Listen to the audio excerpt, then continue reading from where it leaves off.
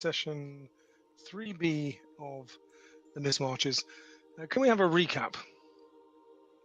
I think I did it last week, but what happened last session? I can do it if you like. Just Please, give me Master. one moment. I think it would be best for Mima to do it, considering it Wait, deeply no, involves Mary did her it. character. True, true. She can decide whether she reveals what happened in cutscenes or No, not. I'd rather Mary do it. All I'm right, bad at these kinds of things. okay. Master Mary, if you please. Previously on the Lakeland campaign, our brave adventurers continue with their plan to move the body out of Kavak.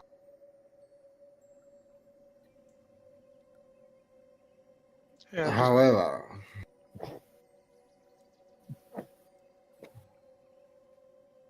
Sorry, I thought you'd gone dead then for a second. Me too. I think he has. narrowly avoiding detection, they were able to sneak out of the city.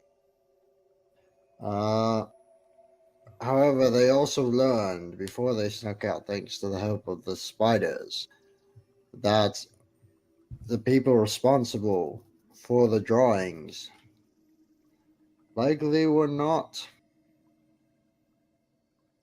actually the assassins they originally thought they were, and they'll have to look into that at a later date. Having reached the shore, they were able to dispose of the body, and several other people decided to eat a strange bird which was caught by Navira, even though it was probably, full of somebody's soul or something.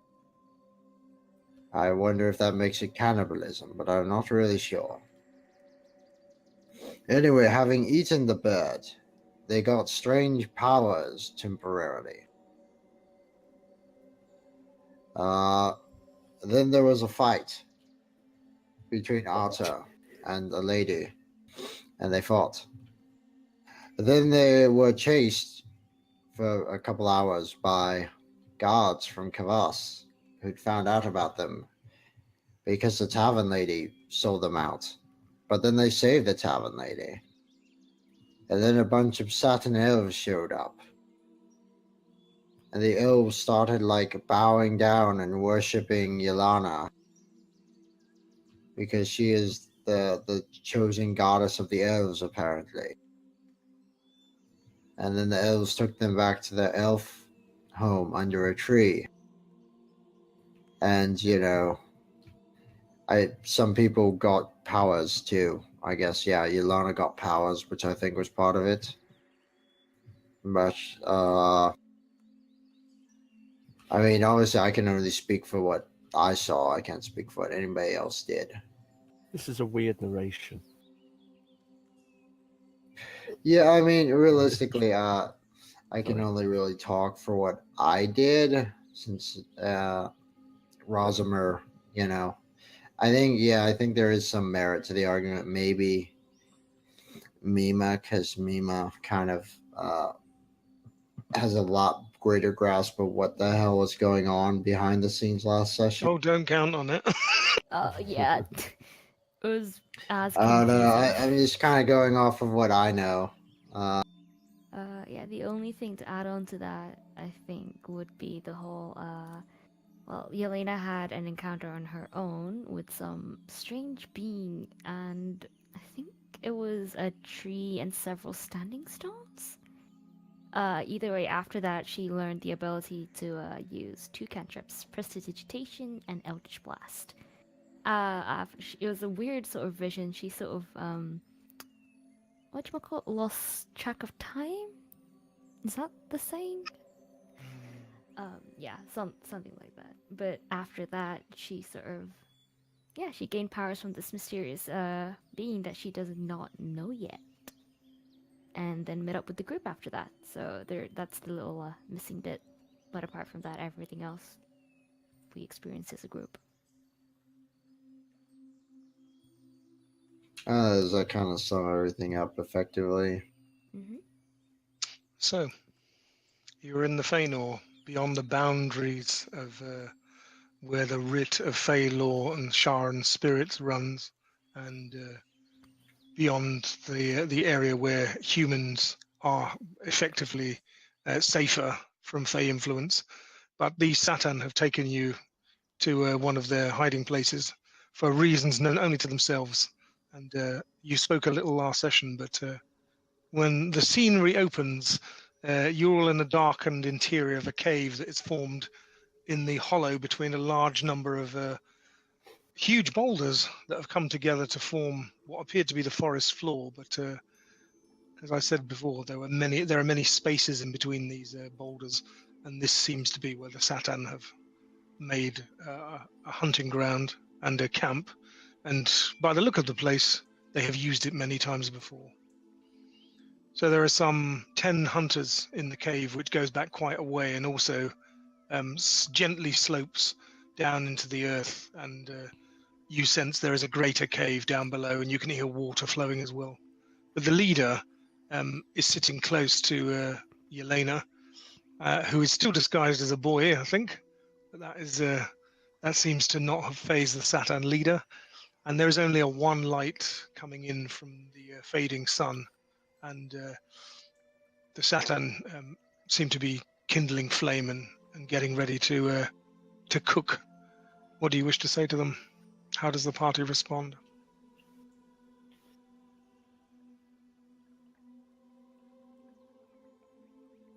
Nuvira looks a bit nervous, but also sort of tired as well.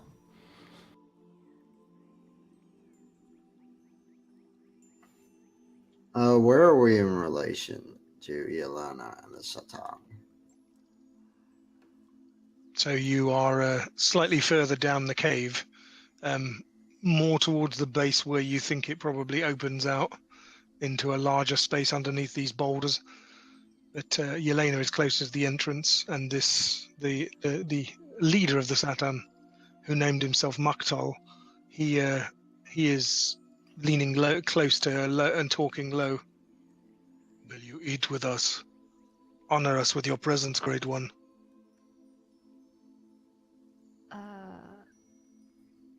I'm going. Yelena just looks really uncomfortable at the situation.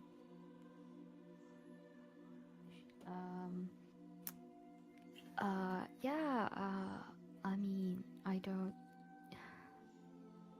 suppose why not. This is just odd. Why do you call me Great One? I'm not one of your people. No, the Great Ones are not of our people.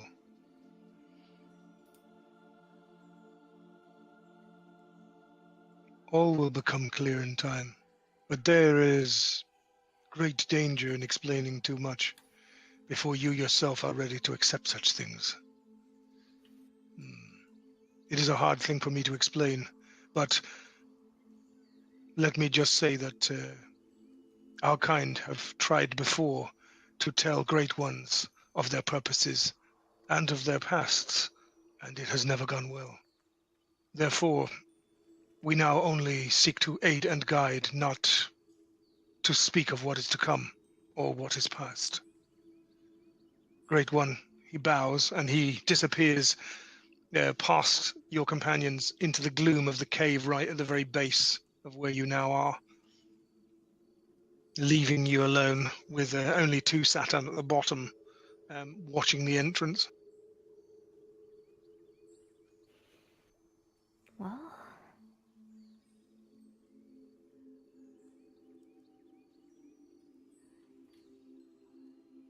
Rosamir is going to approach Ilana.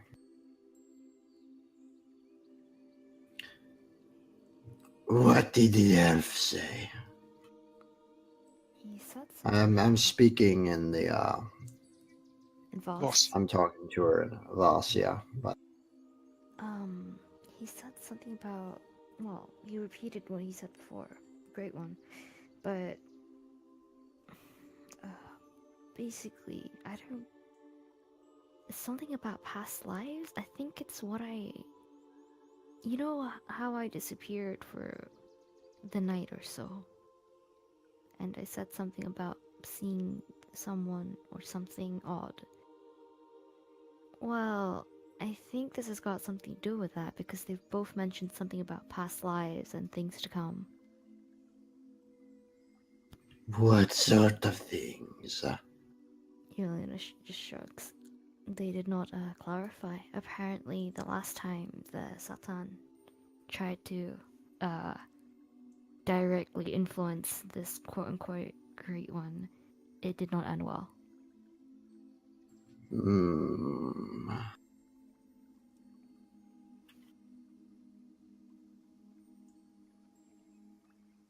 Whatever the case, we should be wary.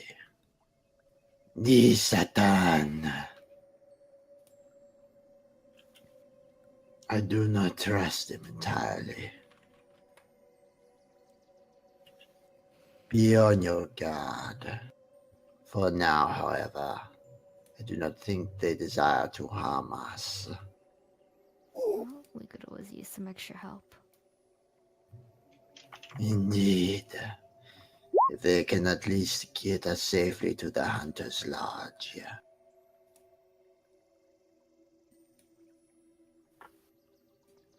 Well, for now, I suppose... I mean, I did agree to dine with them. After the bird, I don't think I can eat anything weirder.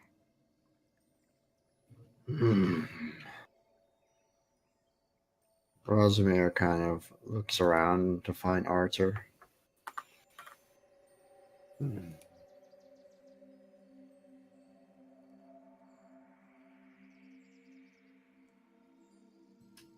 Ron's men. Arta looks at Nivira as if to query her. There's something waking up out there. I can see it.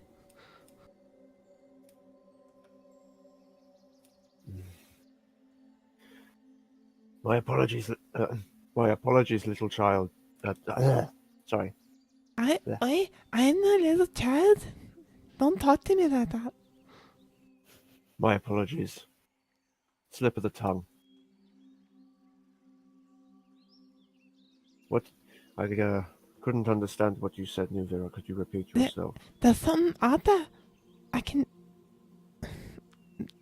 There's something, it's waking up out there in the fennel. Is this something you can't see, but you know is there? Like before? I don't know how to put this into words. Just, it's out there. I can feel it. It's waking up.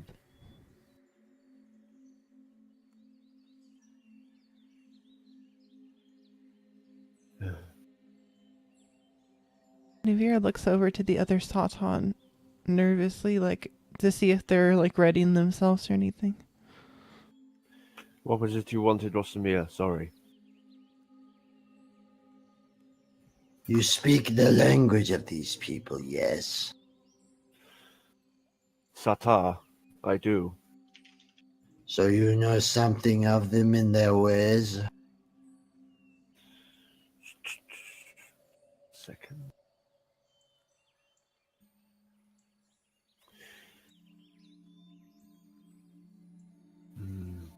I know some. Little.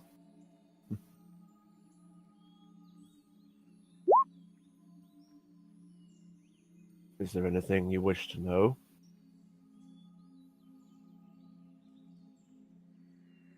There is much I would like to know. As to whether or not you have the answers, that remains to be seen.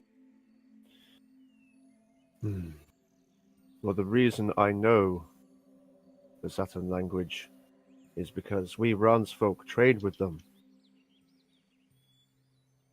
And it is well to be able to communicate with them. I thought your people... I thought your people in the Satan had more bitter relations. Do not the Satan enslave your people?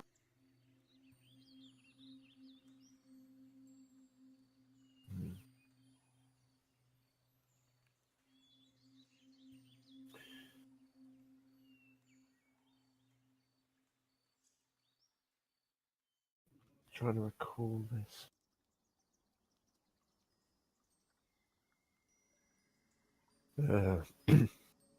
We've had problems with most races in the past. What matters is our relationship with each other now. Though, of course, there is some bitterness. But trade helps everyone. Yes, quite. These Satan, though. I fear they are very different from any I have met before, or seen, or heard from. Indeed. Certainly never heard anything of great ones. I'm afraid I am of little use to you for this tribe, Yeah, except for communicating with them. I see.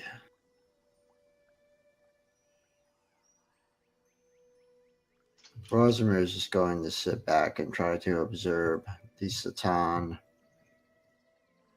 Just try to glean what information he can just by watching them go about doing whatever it is they're doing. Hopefully this tribe of Satan is one of the ones more peaceful. Some are more prone to slaver types.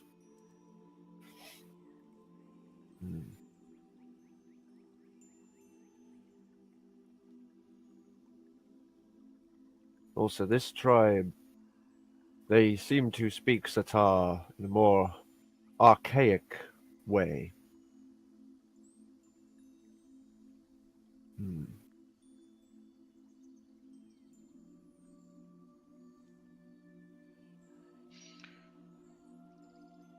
After a few minutes, the Satan leader, Makto, once more emerges from the gloom at the base of the cave, and he carries before him a wooden dish upon which is set a fish arranged with various strange-looking mushrooms of various types, some of which you are not familiar with. He lays it before Yelena first and indicates.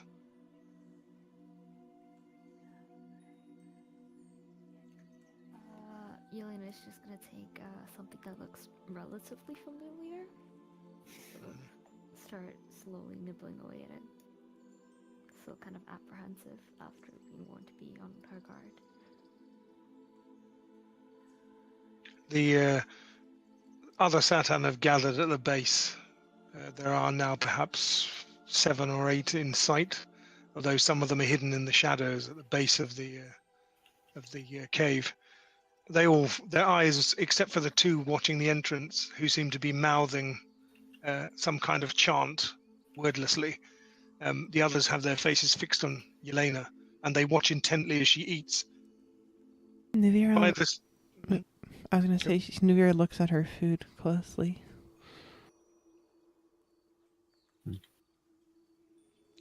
it appears to be normal food, insofar as you can tell. Okay. Does Rosimir recognize any of the mushrooms that they put on there?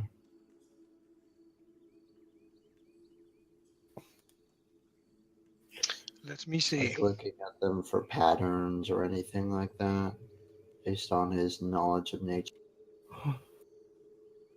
Seeing if any are poisonous, perhaps, Aye. or hallucinogenic in nature. Several are of a type that you've never seen before, and which probably don't grow in your native homeland. But 1 or 2 appear to be great delicacies that are very rarely found in Kashgar, and perhaps the ones that you have ever seen were traded from this realm. You don't know. You do know that they are highly delicious and much sought after.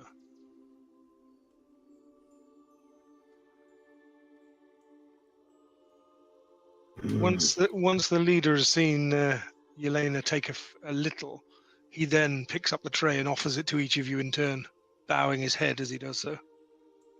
Rosimir is going to take one of the mushrooms he recognizes and eat it. It is delicious. far more so than even the last time you ate these. So perhaps they are fresher here, closer to the source of wherever they come from.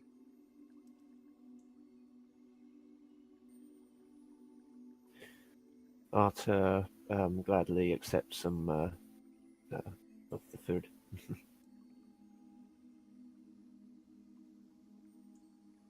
Nuvira, oh, go ahead. No, go ahead. I was gonna say she kind of just nervously glances like continuously towards the entrance. And she almost doesn't even seem to take notice of the offering of food to her. Though it doesn't seem to be like rude, it's just more like she doesn't notice. Arthur nudges Nuvira. She'll kind of come to a little bit and take a small portion. Do not fear, Spirit Walker. That which you sense will not enter the cave. She nods slowly, and those words seem to calm her down a little bit. Only after all of you have eaten does the leader then offer some of the food to each of his followers, the Satan, and they greedily descend upon it before another tray is brought and again shared around amongst all of you. And soon the sounds of lip smacking fills the small recesses of the cave, and small rushlights are kindled, so that there is now a smoky radiance filling the cave. Again, the two Satan who are mouthing words do not take their eyes off the entrance of the cave and do not stop their strange, soundless chant. Quick question. Mhm. Sorry, you might have mentioned it already, but how many Satan are in here with us? You saw about 17 earlier on, but where some of them have gone, you're not sure. They all went into the cave, but as I said, this cave's like a boulder slide. If you can imagine it, the boulders are like probably the diameter of a human being. They're huge, and they're all sort of like marbles joined together, their weight keeping them in place. But there's like a gap in between them that's irregular and goes down to the base. And when it gets down beyond where the light is, it seems to open out as if there's a larger area down there. Perhaps a river has carved it out, because you can hear faintly water. And most of the Satan seem to be down there. At least that's the only explanation you can give, because they went in before you and they're not here. And how many are eating with us? About 7. Ah. Cool.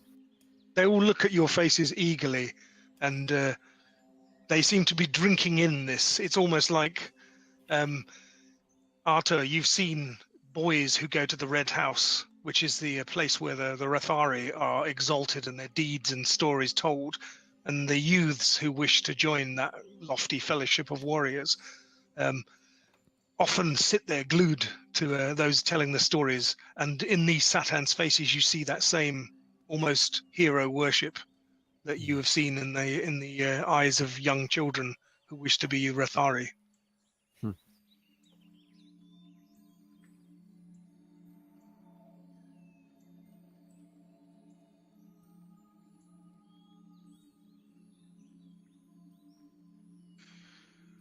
Now that we have eaten, Great One, we would ask, what is your purpose in these lands? How may we serve you?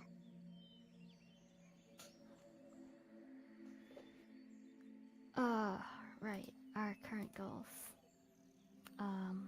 Well, we're currently heading to the Hunter's Lodge. We're on the run from Kavas. Well, due to some unwanted attention, let's just say. And, well, yeah, that's where we're going for the time being. We don't really have a long-term goal, apart from go there.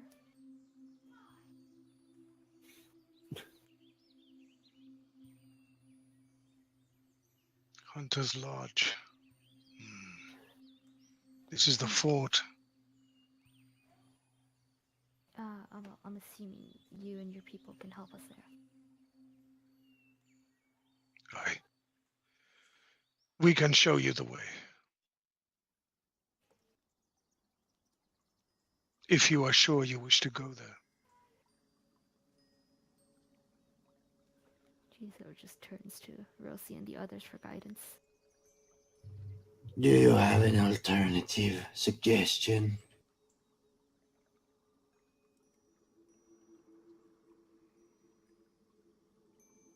I decide- Maktal looks down at his feet for a second and then meets your eyes again.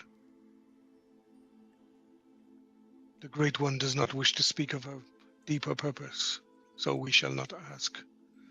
But the section of the river that goes south from what we call Saganur, the sacred lake, which you call Navamir, the lake upon which Kavas is sighted. This is a dangerous section of river.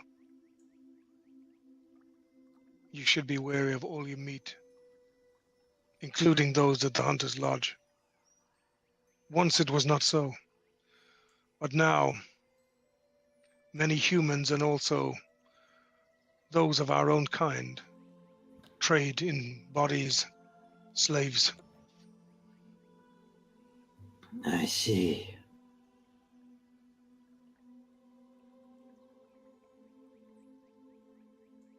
Can your people see us safely there?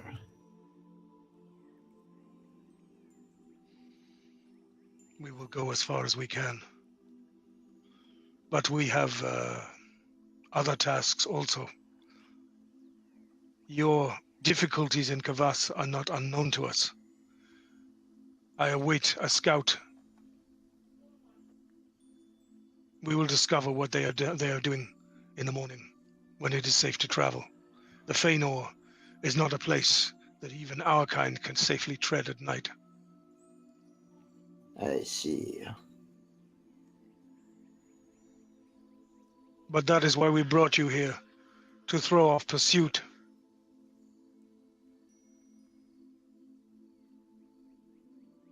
Why do these round ears seek you, Great One? That, I'm afraid, I must keep to myself for the time being. He bows as if this is an almost expected answer.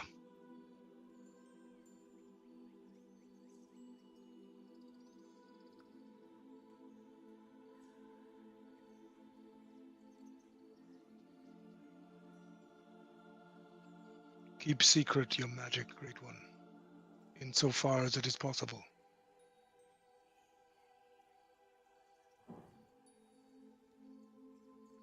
You will find the druids who ruled this land have little love for those who can make magic in the way that you now can.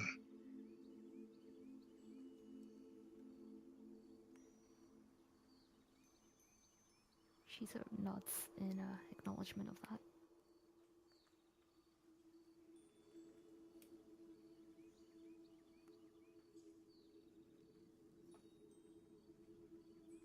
I can see that you have many questions hidden behind your eyes. I wish that I could answer all of them. Suffice it to say that all men, all of my kind indeed, have walked before in a different shape, a different life. It is merely that in your case, we know much of what passed.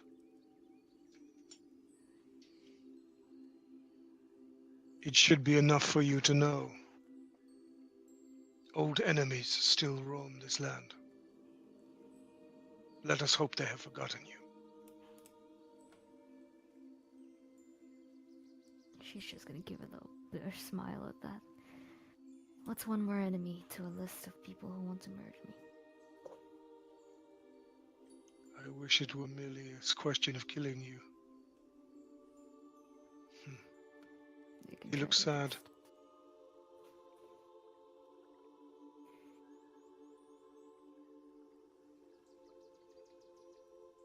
Arthur looks at Manuvera, confused.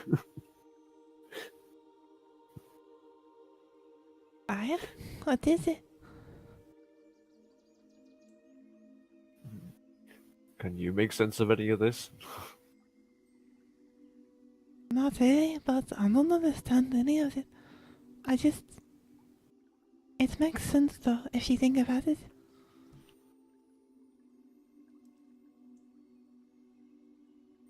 Right.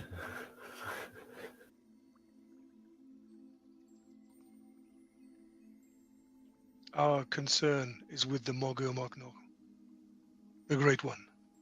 But I will say this to you, he says, looking around at Arta, Nuvira, and Rosamir. Not by chance do the Great Ones draw companions unto themselves. Always there is purpose.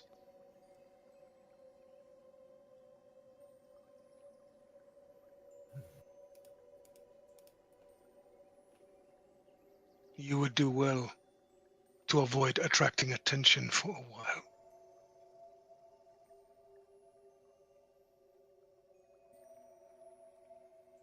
He seems to want to say more, but then one of the other Satan lays a hand on his shoulder and gives him a warning glance, and he nods as if he suddenly remembers and understands.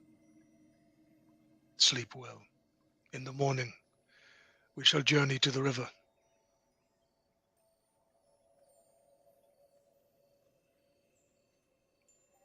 You spoke of companions earlier on. Are there others of your company not present? There are. They are due to be delivered on the shores of the lake soon. Then it is to this place we must deliver you, yes? Indeed.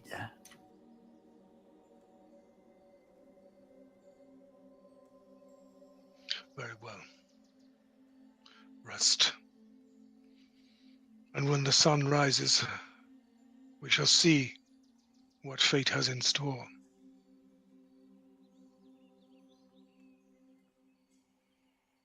He speaks to several of other companions, and then the two Satan who are sitting down in the bottom of the cave looking at the door go up and continue chanting, but this time close to the cave entrance, and the Satan move you all down to where the cave is flat at the bottom. Do you have things to sleep? Bedrolls and the like? Nuvia reaches into her bag and, well, it's probably not in her bag, it's probably on top of it, but she has like a bedroll and a blanket.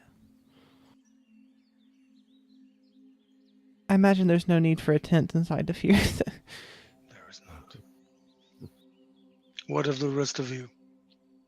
I assume I have a bedroll as well.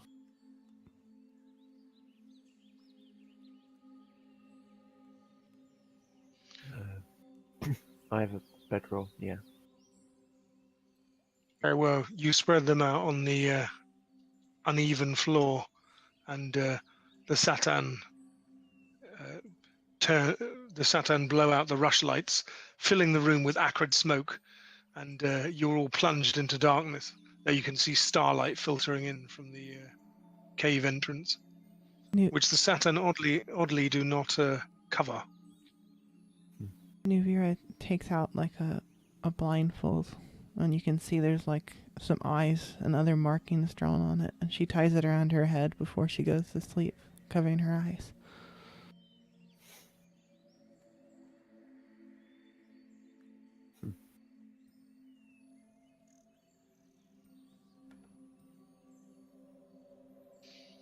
Other Satan come into the chamber, but instead of sleeping, they seem to be watching the entrance.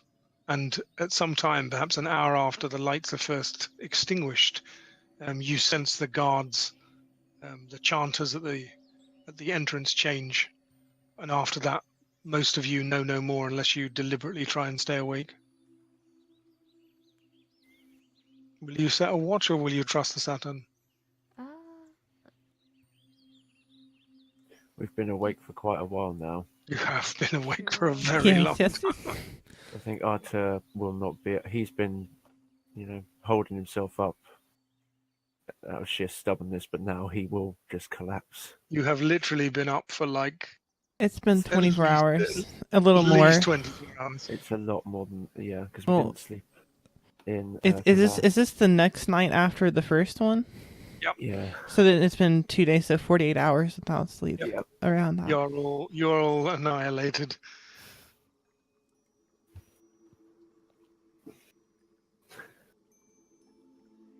Very think- well. yeah. Unless somebody is going to say otherwise, you will all fall into a deep and dreamless slumber. I think Nuvira would like stir at least once during the night before going back to sleep.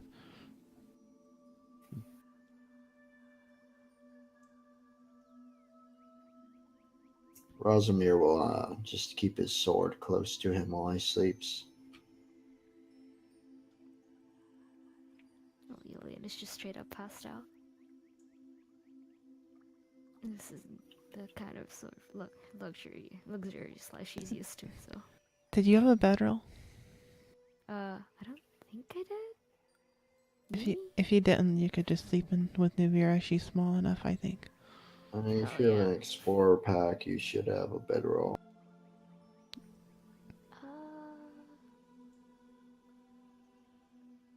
None of us had explorer packs because we don't have any class levels. All I had were clothes, Oh, that's right. the identifying things, and a dagger. You just have whatever you spent your money on at the start, which is why I specifically outlined. Oh, yeah, I can't remember. Yeah. All right. Then the Satan will make Sure. you. Then the Satan will make you beds from. They gather, appear to have a store of pine boughs, which they fill in with large amounts of moss. It is a fragrant and slightly damp bed, but considerably better than sleeping on bare rock. How weird does it feel? It feels actually oddly comfortable. Might be something to remember. The next morning, you awaken blinking in blinding sunshine to find it filtering down into the cave and turning glittering motes in the air into little tiny diamonds. The Satan, most of them seem to already be out of the cave, but Maktal comes over to you. Great One, we have news. One of our scouts has swum to the strange wooden town. Your companions are being held. We do not think that they are given especial care, but it is merely that they are strangers, and perhaps report was given that they were part of your company.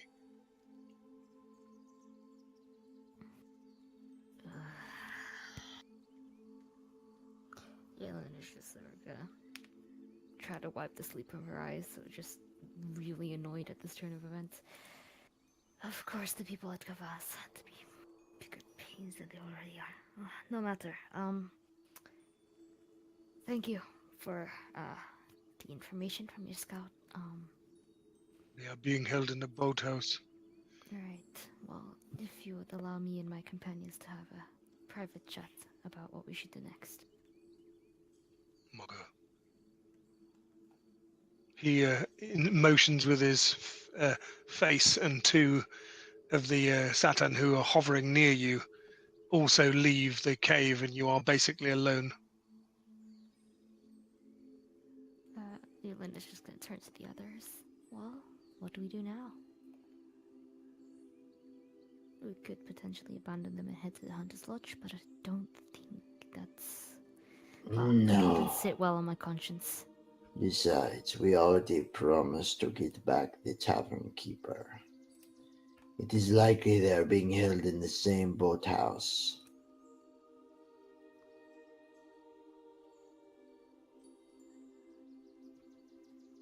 I think we should proceed with the original plan. We should hire the spiders to help us free them.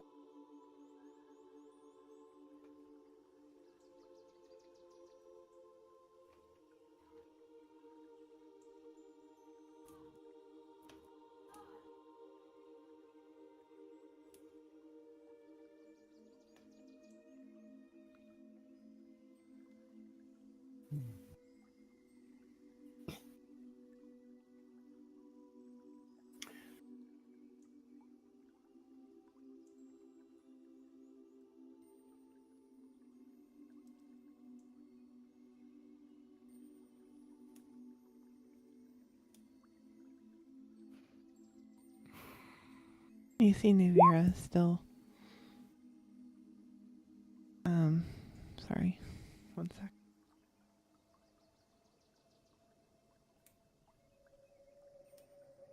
She's still like getting up, and you can see she's like coated in like a lot of sweat from the night, and she's kind of wiping herself off. And she just looks over and she says, I don't think we should leave him, but how are we gonna get the spiders to help us?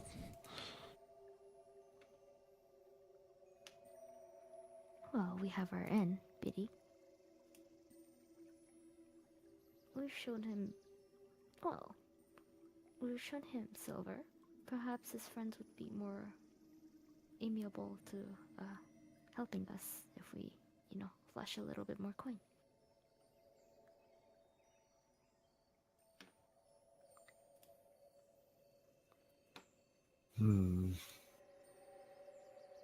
Do we have enough coin?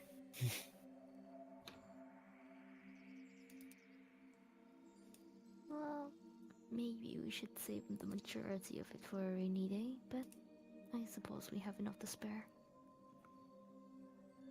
Especially if it means getting 3 of our own back.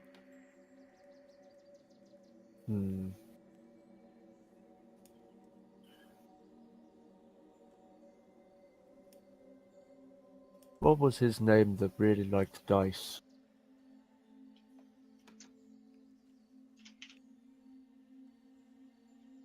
Prodan.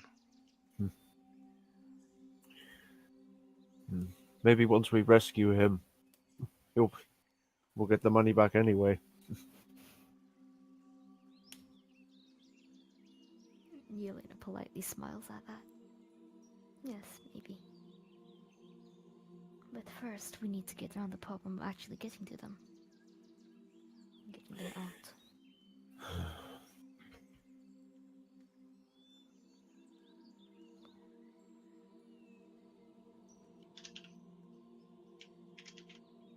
Well, we need to find this boathouse first.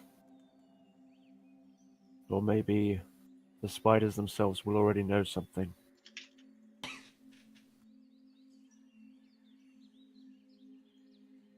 Nivera? What is wrong? I ain't anything. Nothing. Are you sure? I'm sure.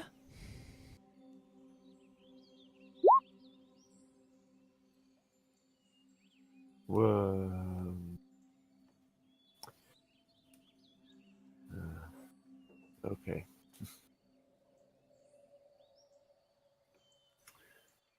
Where was I? Oh, maybe the spiders will know of this location. How many boathouses are there?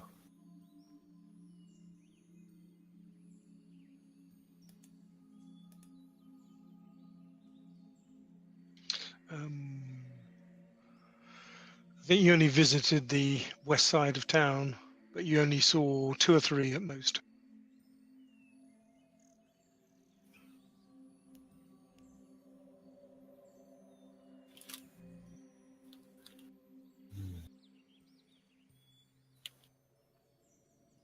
Mogur, says Maktal.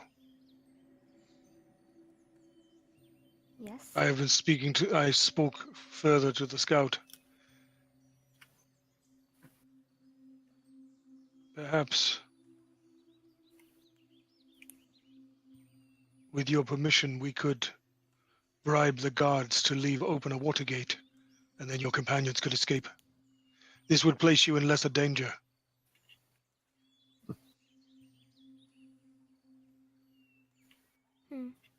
I suppose that is a viable option.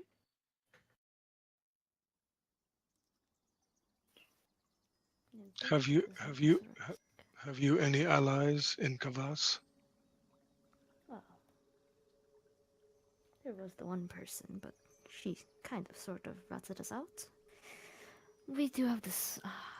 You have not heard of the spiders, have you? These are not known to us. Little children, absolutely adorable, if a bit cheeky. If you need any help, I suppose they could work. Mm.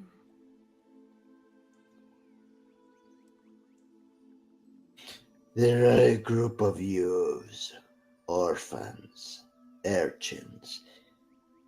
They live under the city itself. They are very good at climbing it. They call themselves the spiders. Give them a few pieces of silver, and they can take care of the rest. Very well. I will send men back into Kavas. I think it too dangerous for the Great One to go back there, unless you deem this greatly urgent. I will wait a few days, and then we will get your friends out. Then we will see about sending him south in a boat. You will meet them at Hunter's Lodge or Rathlan if you go that far south. Is this well?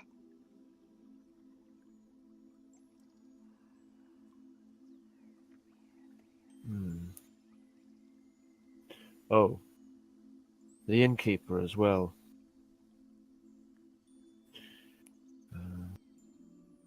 Will your companions know this innkeeper? The ones held in Kavas already. They did see him, didn't they? Yes. It is just that our people cannot walk openly in Kavas. The leader who runs this place has no love for Satan. Hmm. I think the innkeeper has been captured as well and might be in the same boathouse. I think his name was Navarre. Never? Ah, I will tell my men. He has Come.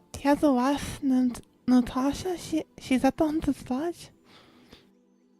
Ah, she is the woman that two of my men took south. Ah, Very well. Well, if they have any trouble identifying him, he'll probably be the one who's passed out. The chieftain looks slightly confused, but also amused by this. Very well. he's a wee bit of a Jersey. Yeah, I suppose his sensibilities are far more delicate than certain people. Very well.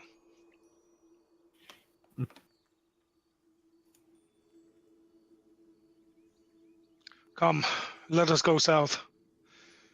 We now must rejoin your track to the river. I will send men north to Kavats, but we can only operate at night. This will slow things down, but your companions should be safe in the end. We will watch. If any move is made against them to harm them, then we will strike if necessary. No, you should be careful. The lady in charge, she's kind of dangerous.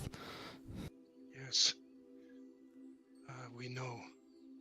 This is why we cannot walk openly in Kavas, not even disguised, as my scout is, as one of the tribes that trade frequently with your Ran's people.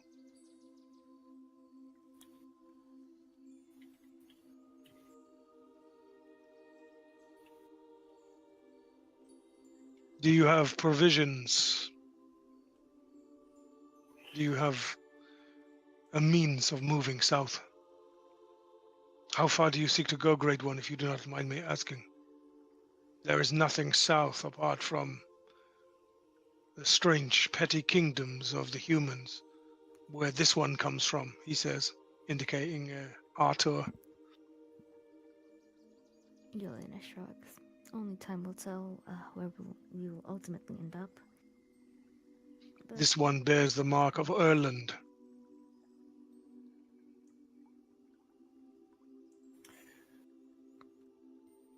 and that's eastward. east. South, then east. One must follow the great river. You cannot take the short way. It cuts through the Feanor. Even with our aid, you could not travel so far. Not in that land. Indeed. Not even the Druids could do that. There are none who could. Save the Great One, when she comes into our power.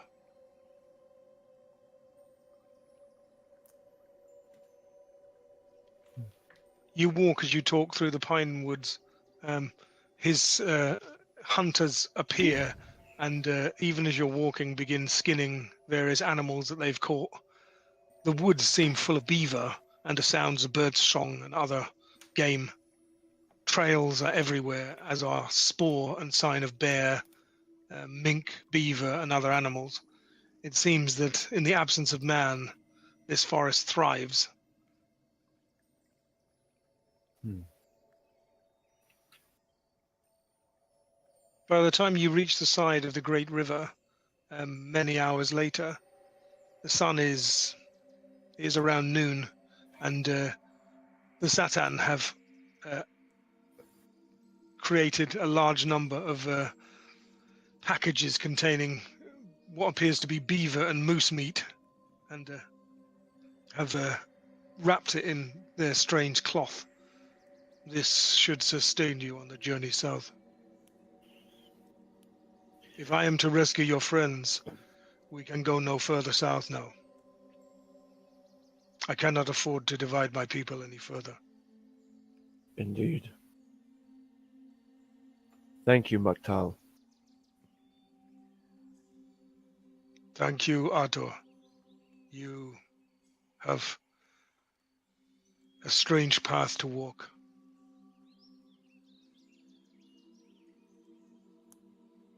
Beware of the passage south, as I said.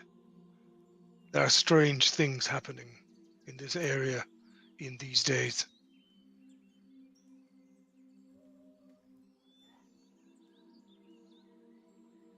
Wow. He Um, puts his hand over his chest and bows. Maktal mirrors your action. Nuvira pulls out another one of like the small bones from the carcass, and she gives one to him.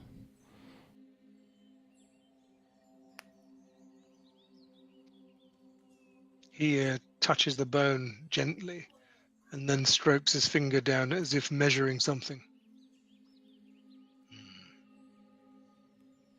A gift not lightly given. I thank you, Spirit Walker. Be safe. That it's gonna be lots of danger where you're going. For luck, then. Ah.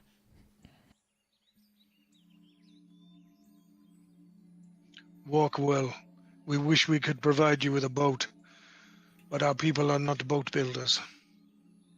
You may find those heading south who are going to trade, but be wary. Not all who use the river are what they seem. Yelena sort of nods and sort of offers him a hand. He takes it and presses it to his forehead. May the fates deem that this time you succeed, Great One.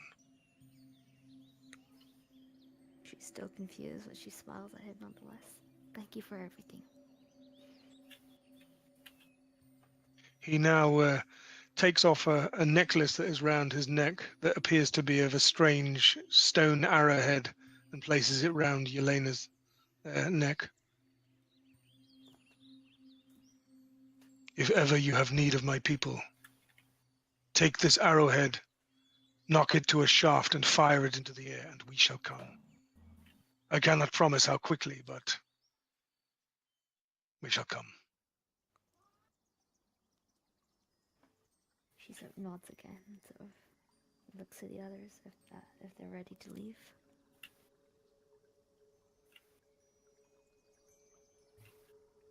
We should head out. Aye. I thank you Maktal, for your aid.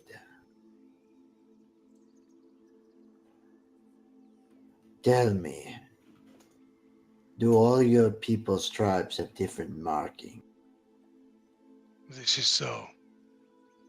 What marking should we be wary of? The Ransman can tell you some of our people. Beware of those who paint their faces white and black. I know the small spirit walker knows of this. One tribe is to be trusted, the other not.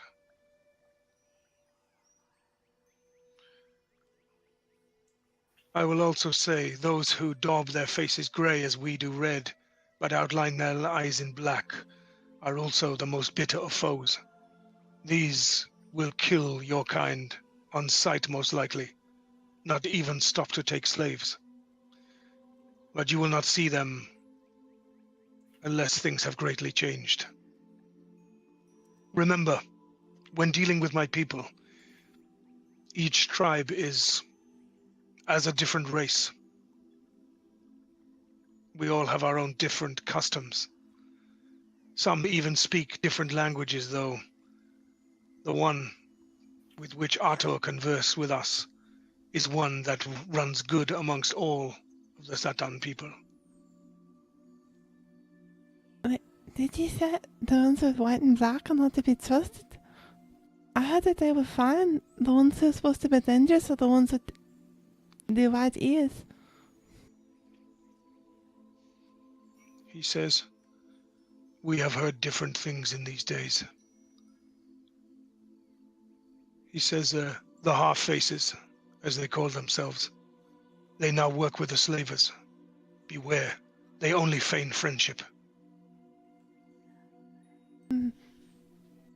Thank you for telling me. I didn't know that until you mentioned it. Many of our people are turning against humans.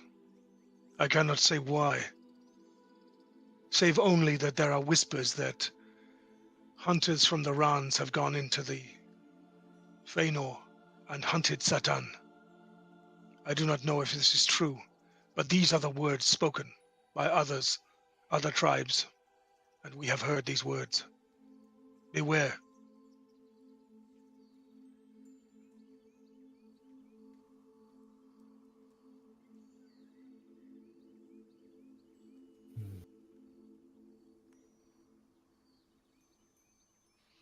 We go. He bows, and with that, him and his people start off at a jog trot, heading northwards back along the edge of the cliffs that are above the river, which looks like a strand of shining silver in the sunlight. And soon they're gone, lost from sight, off a mile-eating, loping gait that reminds you oddly of upright wolves almost. And then you're alone, standing there in the bright sunshine.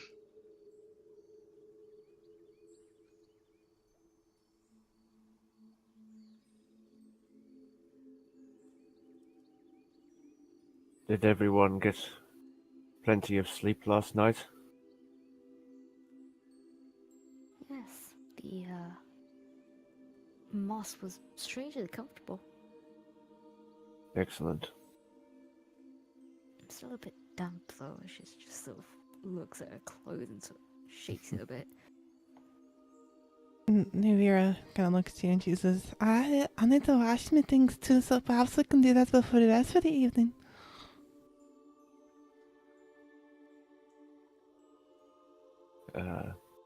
Pardon me. We need to wash our things. I don't know if you realize it, Otto, but you're a wee bit smanky. I can smell you all the way from over here. I suppose we could all use a good bath.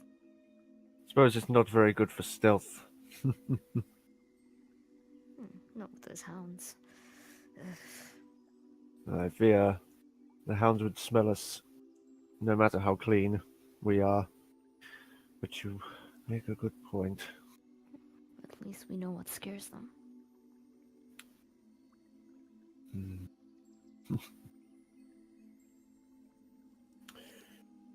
You stand on cliffs above the river, but and you're on the eastern bank.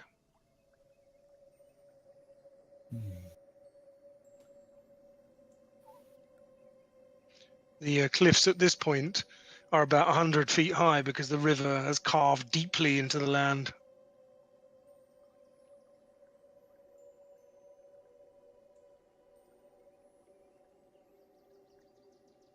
How will you proceed?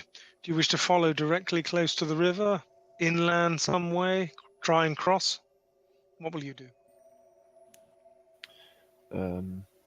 I don't think we should be inside of the river. If we are, then they might see us.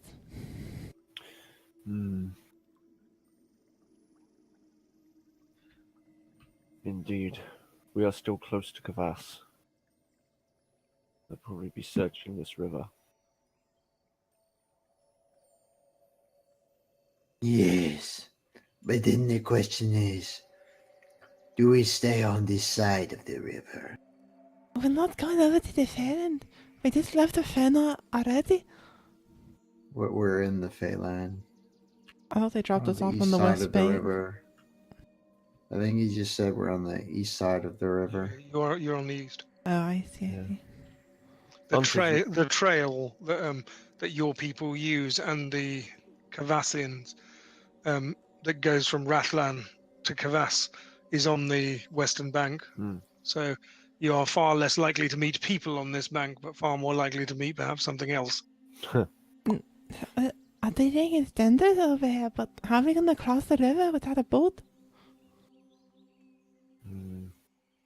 Perhaps there is a slower section of the river? One that would be safer? Some of it You can said- afford the burners. It would be a bit better, I think. Are there any bridges along this river? Yeah.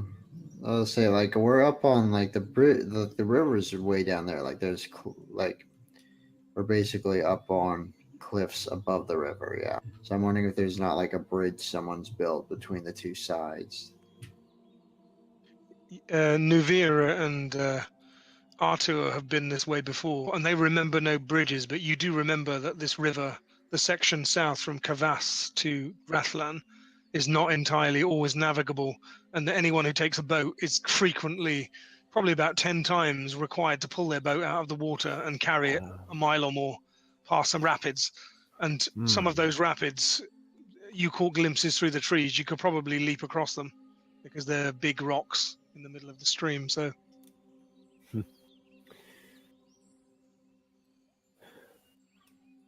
There are. Well, we should. Sorry. Go ahead. Oh no, I was just about to, in character, relay that information. We can skip that. Okay. Yeah. If you relay that, then I'm going to say. Well, perhaps we should just begin heading south and keep an eye out for any of these possible crossings. Try and keep an eye out for one that is as safe as possible. Don't want anyone Indeed. slipping and falling. The key Right. is that Sorry. The key is that we should not linger here for long.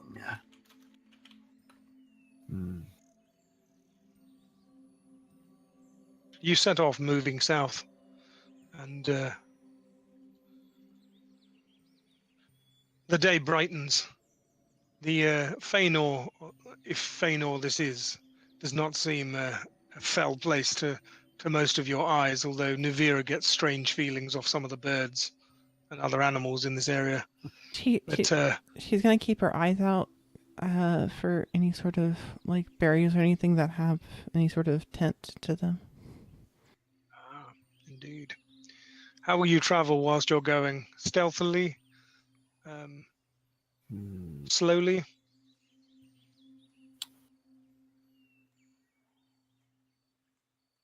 What say the party? Do we want to get there as relatively quick as possible, or do we wish to avoid I think being seen as much as possible? What's our priority? I think we should go as fast as we can because how do I put this? I don't want to stay on the funnel for too long. We need to get out of here before night comes. The child makes a point. We should put distance between ourselves and Kavas. Hmm. How long have we got to walk? Can we make it in one day? Is this the Hunter's Lodge? Yes. You did not stop there on the way up, and you're not that familiar with the place. But if it is where you think it is, then let me see.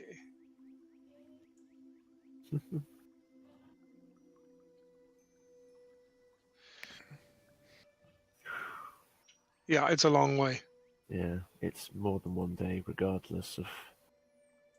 Hmm.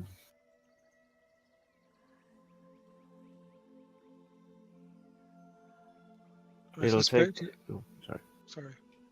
No.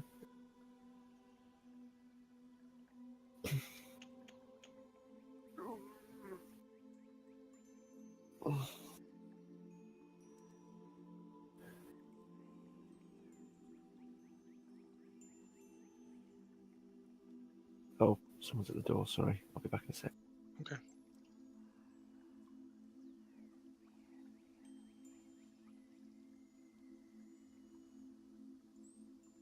You move as carefully as you can while still making good time.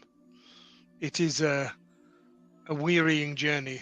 This land has a series of steep ridges that seem to cross um, at right angles to the direction of the river, and so you have to sometimes scramble right over them or find a safe way. It does not make your progress particularly quick, and the slopes of these ridges are always covered in extensive pine forest, and so there's a large amount of slipping and sliding and climbing involved and scrambling. But eventually you leave the ridges behind you after about 3 or 4 hours, so that it is about 4 in the afternoon, and there are another 6 or 7 hours of light before it gets dark. The river seems to flatten out and get slightly narrower as well, but it is still a good 25-30 feet across and seems quite fast flowing.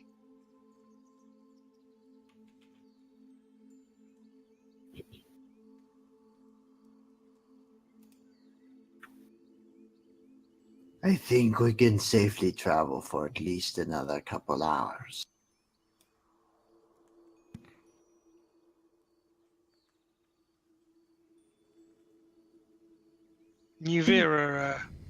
Nuvira ducks into the base of any pine trees that she finds that have fungi growing on them, and seems to inspect the plants, but she never falls behind and carries on, but she never seems to pluck any of them either.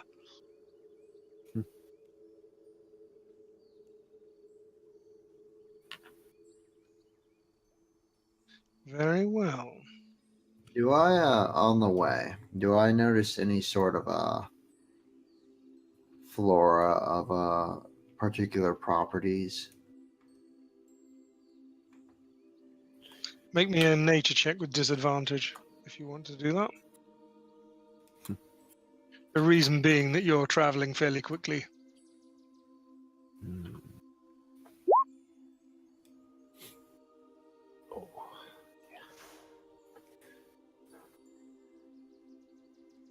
Just while he's doing that, what attribute would be used for the instrument horn? Constitution, Cheers. to blow it as Yes. strongly as possible. Aye.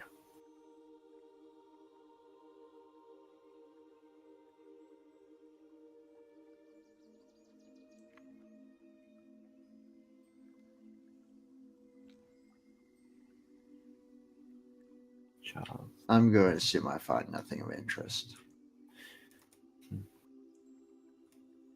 I'm actually typing it to you now. Okay. Even an 8 found something. Yay.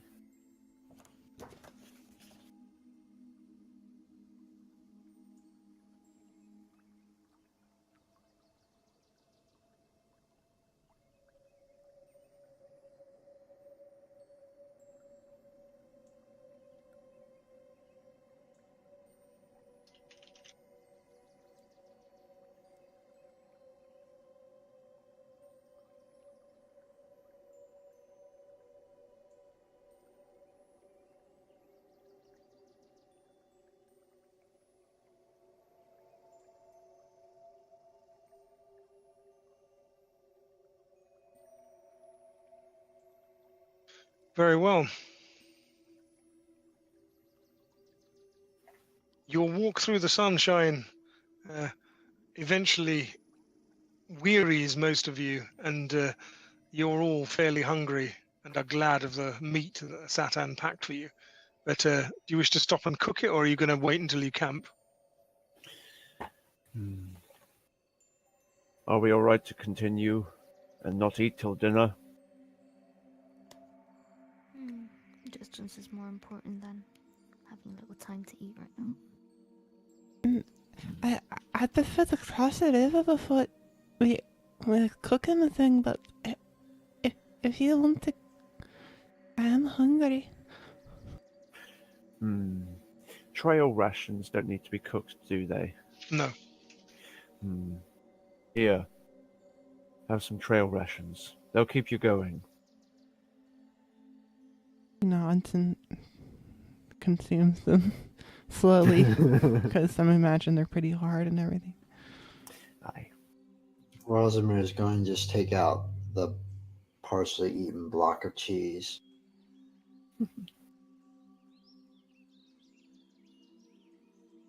Aye. Very well. You begin chewing on this on this very hard tack, and after a few minutes, all your jaw muscles are aching at the end. You can kind of suck on it too and let it get like moisture. Yeah, indeed you can.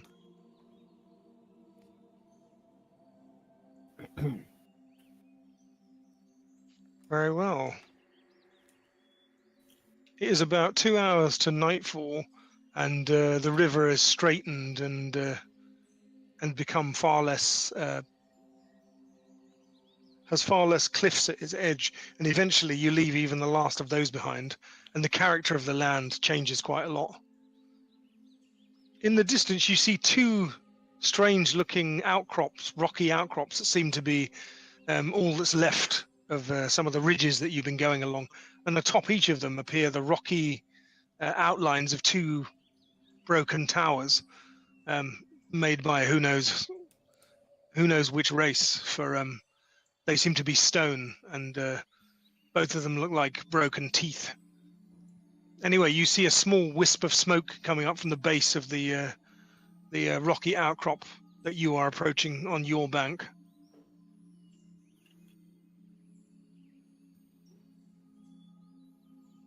It would appear someone resides there.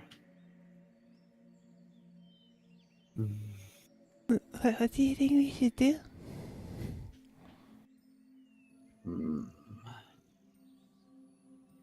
On the one hand, we should be wary of anyone we encounter on the trail.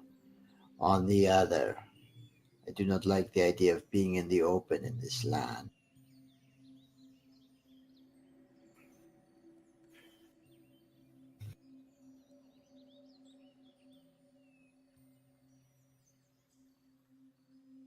What's the time? It's about 2 hours till dark.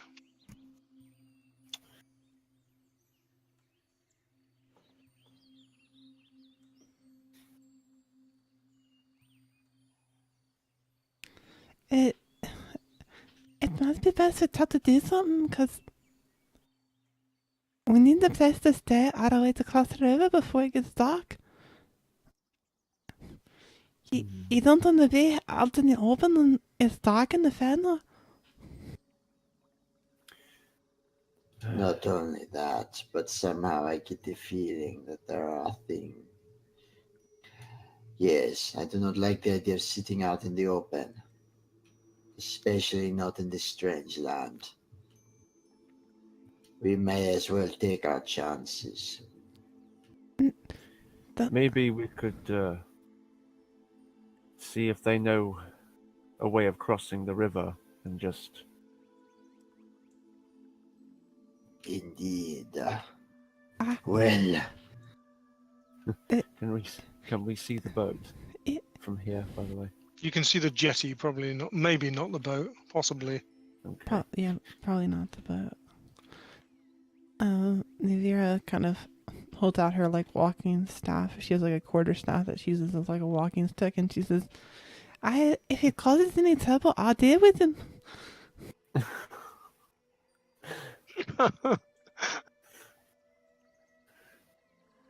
How will you proceed?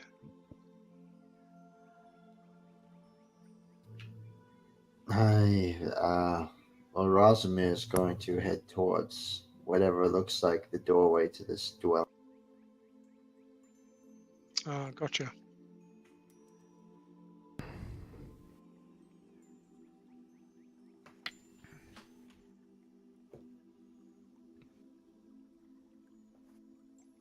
Albeit he's going to approach very cautiously, Yep. with just keeping his hand on the hilt of his blade. Navira is gonna sort of crouch and like move between like foliage and stay close to it.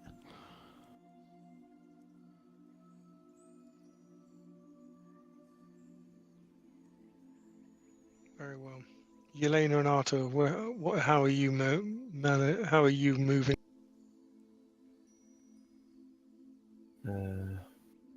I'll.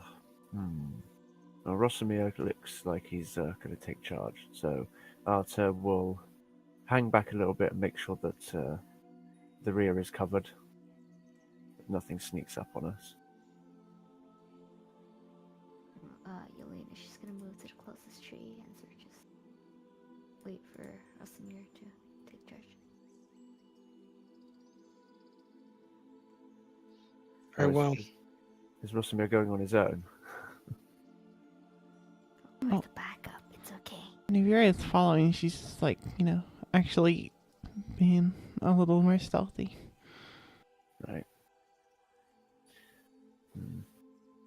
She looks to Rosamir and she kind of whispers back to Lena and she says, he ain't no hunter, is he?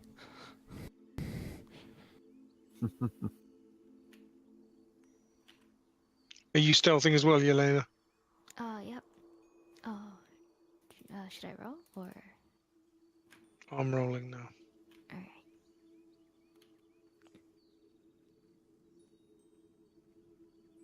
Arta, also?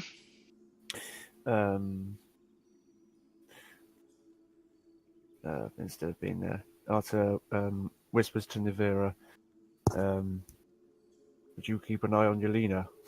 I'm going to help Rosamir. I can protect her.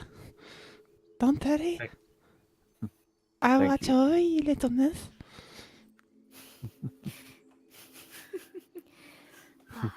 The irony of that is not lost on me. Hero to zero in one day. You approach, you see this. Indeed. You see that as you approach that this outcrop is pretty darn high. I mean, it's as high as some of the cliffs that you were on earlier on. But this cliff and the one on the other side of the river seem like little plugs of land, and the rest, perhaps the river or something, has washed away. And this is all that remains. You now can't. You're so close now. You can't see the ragged ruins of either tower anymore. You can see what look like a group of pigs rooting at the base, and there is also the remnant of a fire in a small cottage, and a little jetty off which a slender figure appears to be fishing.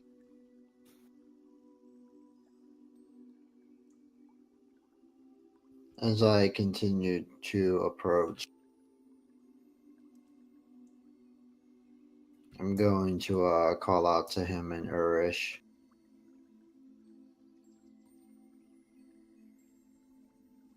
Hey, friend.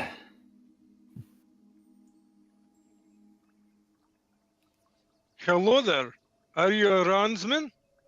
Oh, I see you're one of my own countrymen. I'm going to switch over to Voss. That is much better, my friend. Good to see Well you. met. Good to hear that language in this land.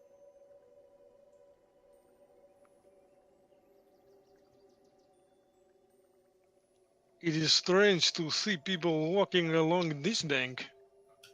Yes, well, We got a little lost on the way. We are headed to the Hunter's Lodge. Oh. Something happened to your boat? I understand. Yes, unfortunately, and now we are stuck on this side of the river. I don't suppose you could get us across to the other bank. I don't see why not.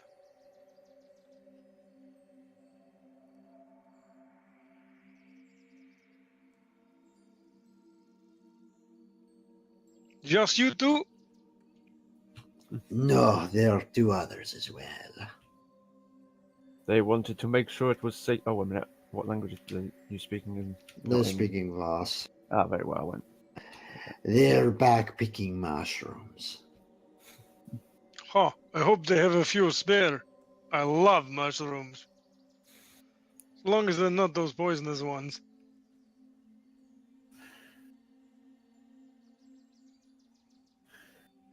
Come, will you take some tea? Quite. Thank you. I Arthur, turn back to Arthur and kind of wave him over.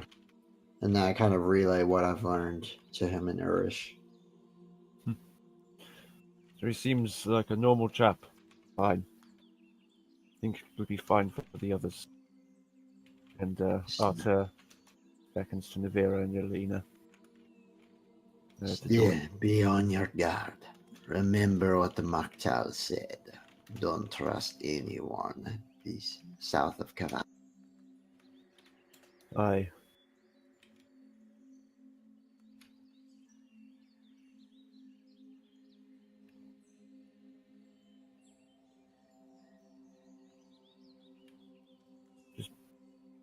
Rosamir takes a seat down by the fire.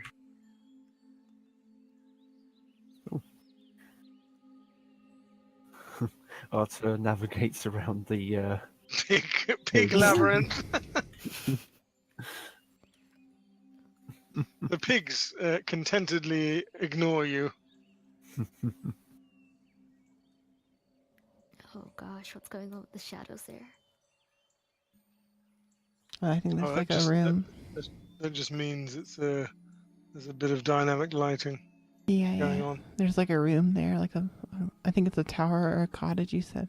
It's a cottage. Yeah, yeah. Now you can see, and I can remove the. Yeah.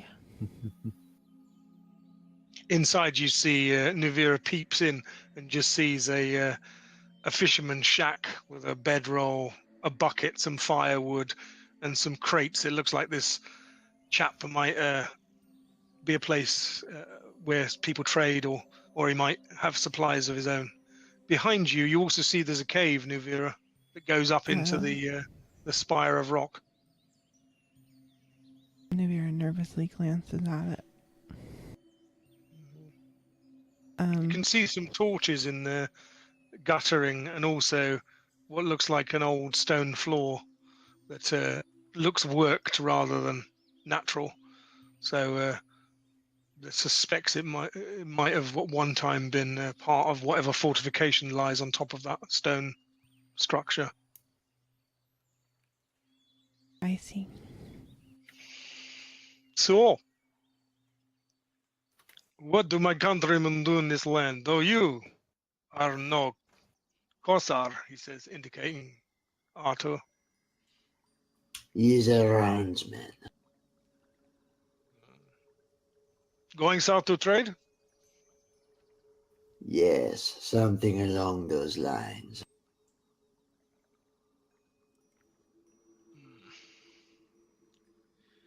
Well, it is a strange time for traders, but no doubt if you go to the runs to look for goods, you will find something good. They have many strange things in these lands, as your friend, this guide, will tell you. Just make sure not to get fleeced. They are good at playing stupid tribesmen, but they are not so stupid, eh?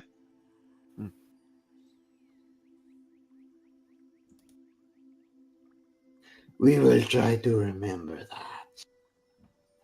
Anyway, what of you, friend? There is not much to tell, my friend.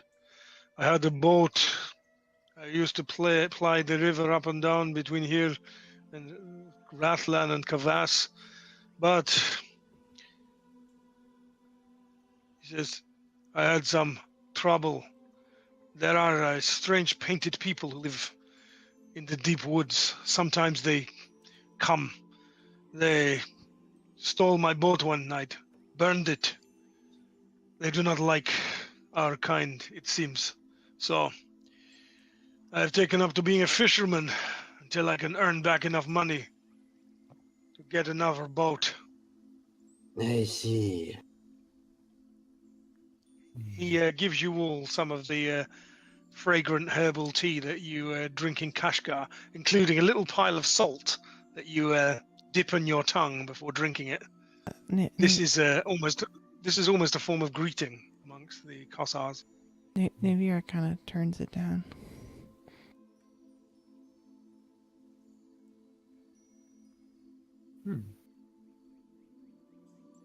He pours you each a cup.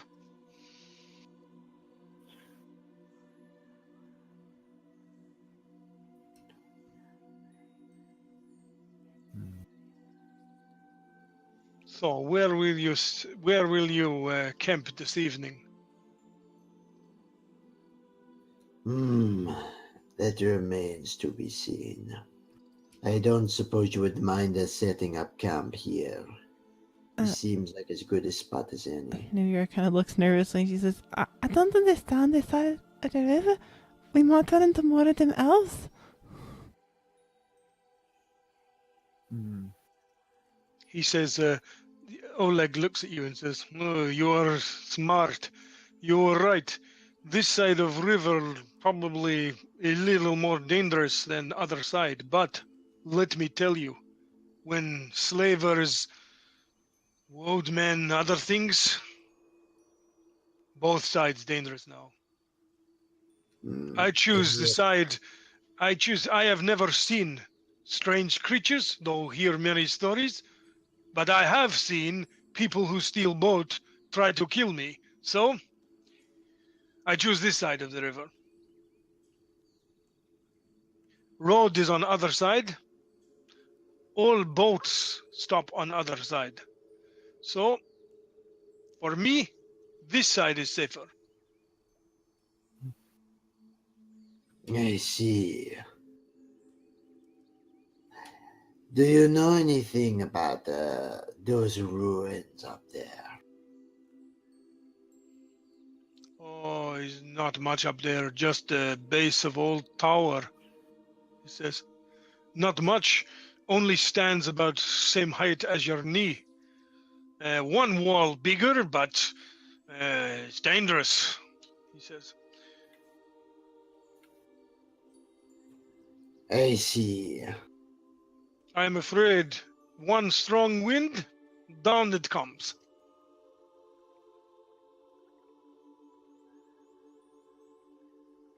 Would you like to see? I have no objections. What about the rest of you? Nivira kind of nervously nods.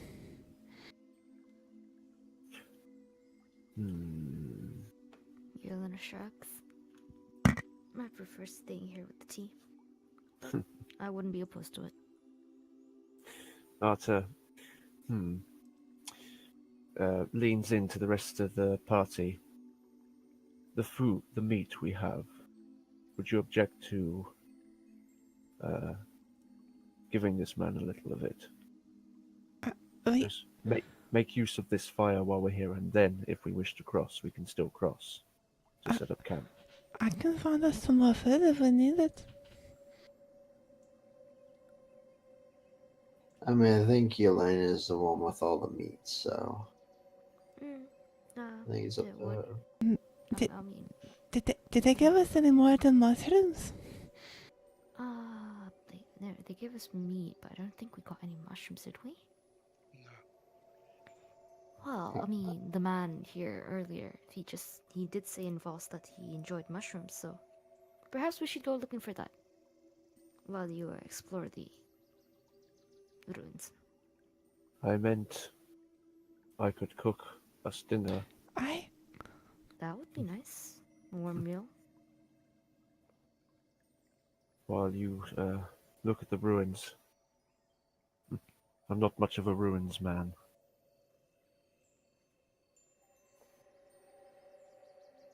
you should come Who's with us. Who's going to go with Oleg?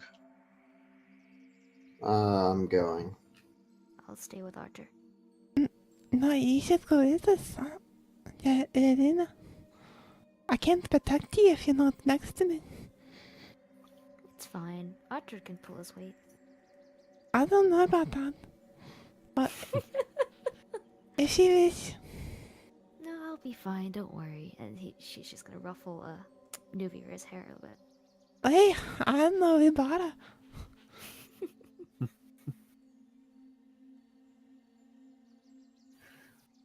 Go on then, have your fun. Thank you for your concern, Nivira, but I'll be fine for now.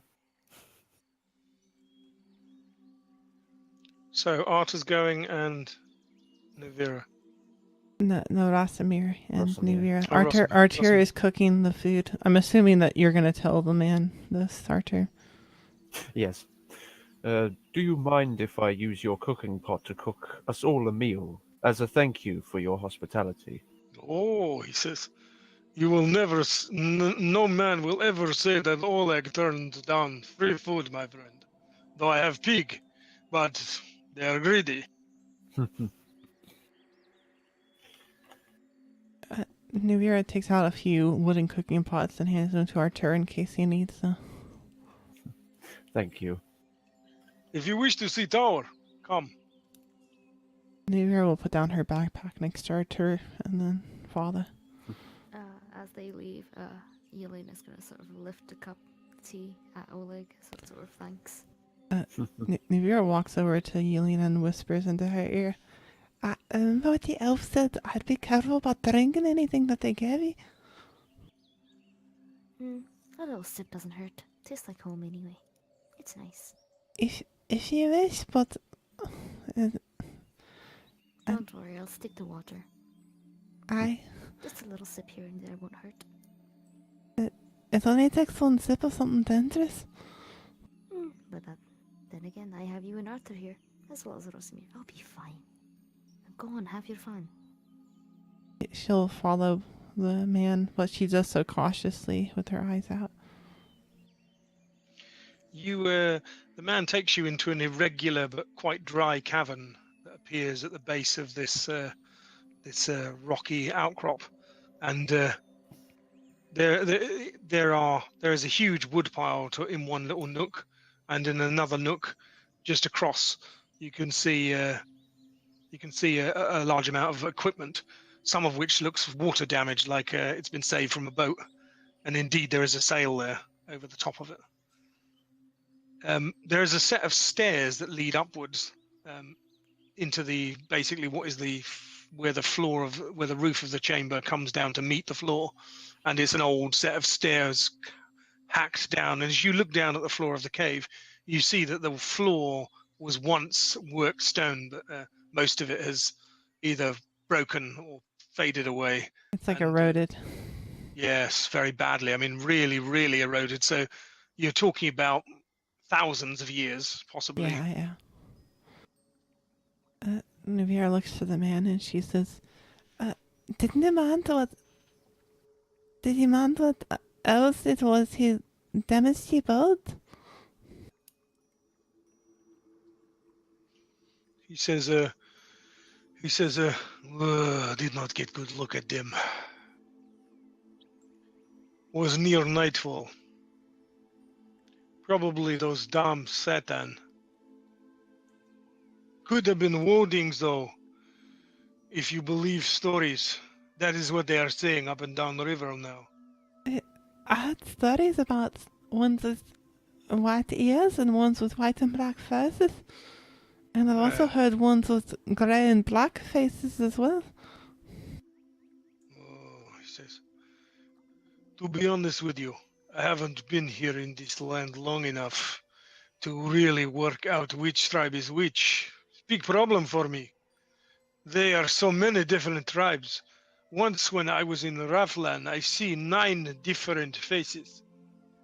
But who knows which are good and which are bad? I always ask because it helps to know which ones are bad and which ones are good. You're right. Wish I could help you. So far, my luck, very bad. If it's best, I think it's best to stay away from them. That is why I'm on this side of the river.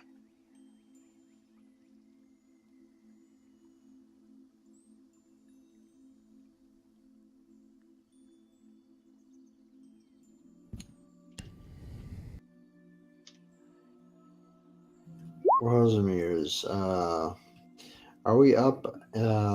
Yeah.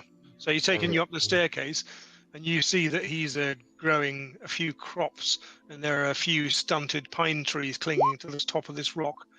But you have a breathtaking view over the surrounding land.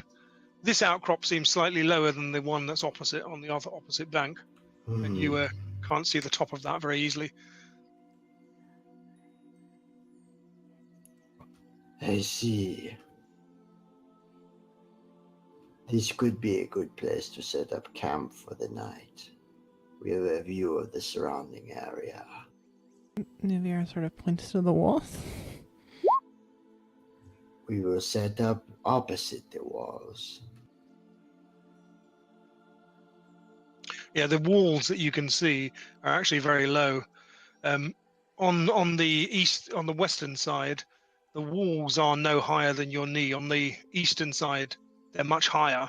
In one place, almost 2 stories, but it looks pretty unstable. Having said that, it's been here a hell of a long time, so maybe looks are deceiving. Nivea sort of puts her hand onto the stone.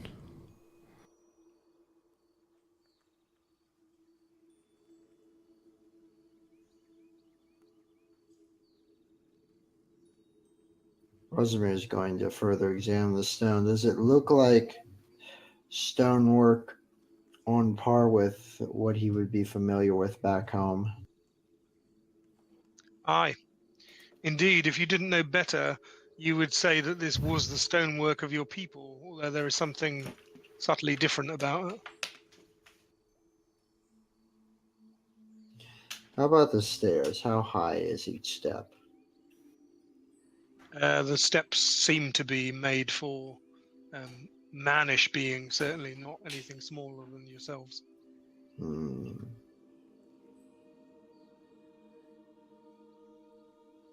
Nivea runs her hand on the stone and she says, I think this was meant by the old folk. What do you think? She says, turning to the fisherman. Do you know what she speaks of?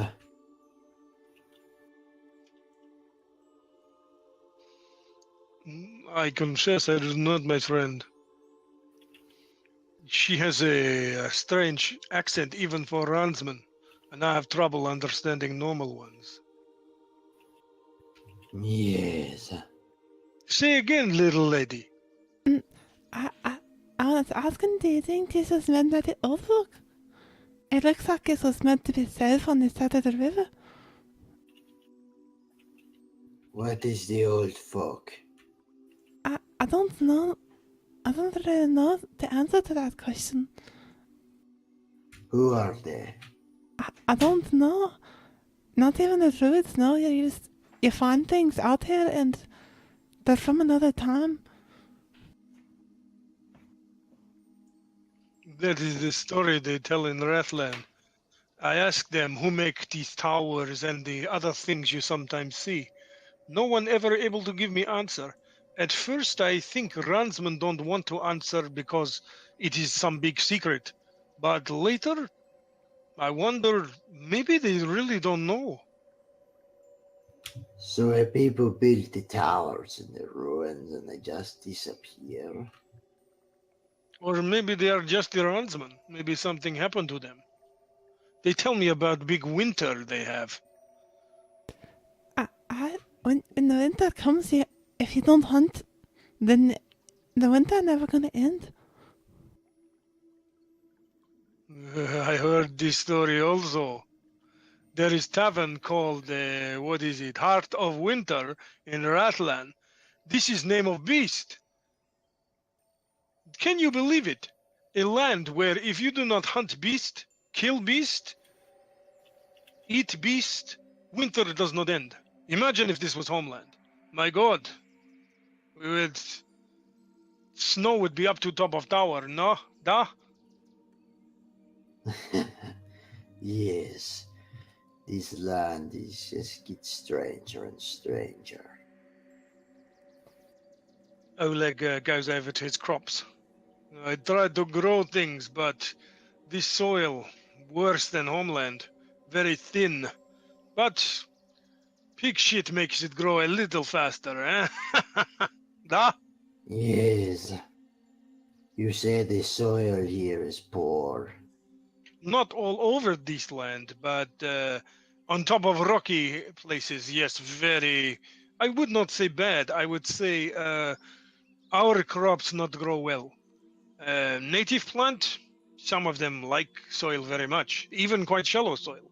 So just not our stuff, yeah. Yes.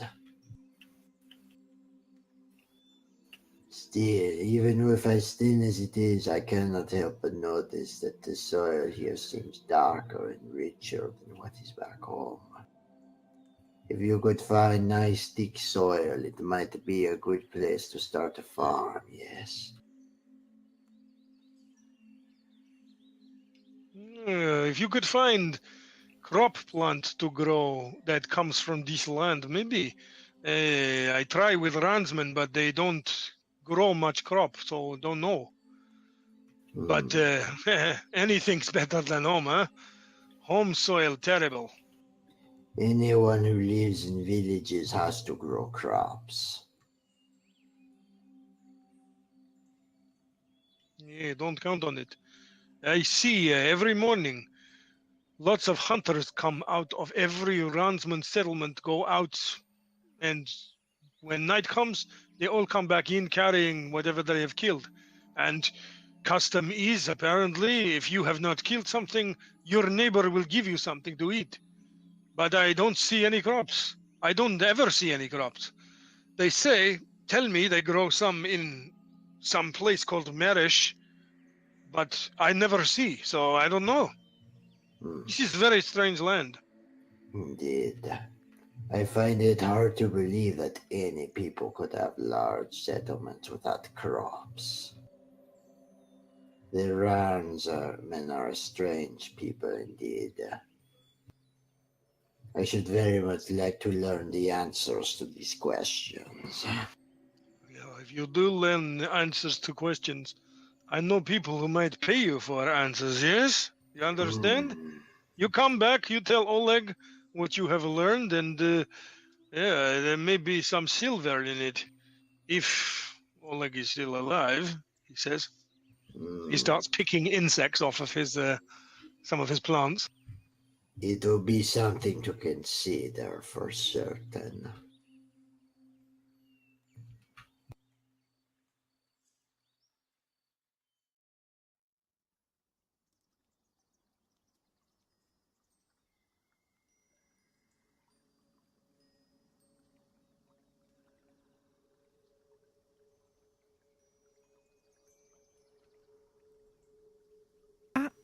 Mr. Alec, did you ever hear anything in the night over here?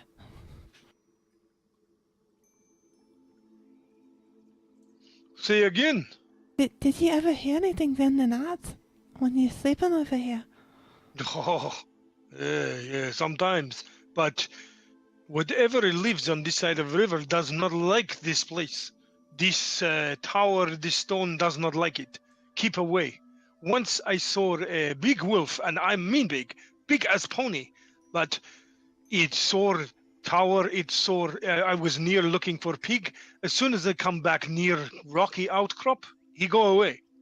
So I am thinking this is safe place. No, not know why.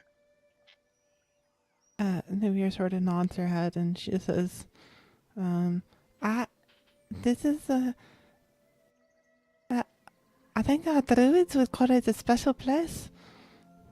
I shouldn't stand no more to one of your men though.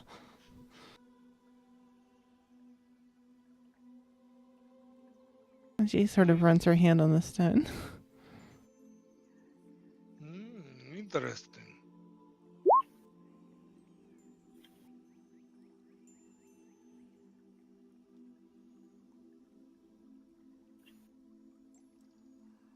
I think if you ever have any trouble with the spirits, then I'd run up under the tower.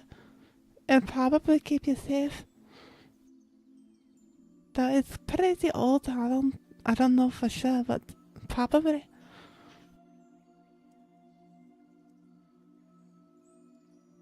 That is interesting. Maybe I should start sleeping up here again. Like when I first come here, this is where I sleep. I did not like cave. I don't know why. But up here, I sleep much.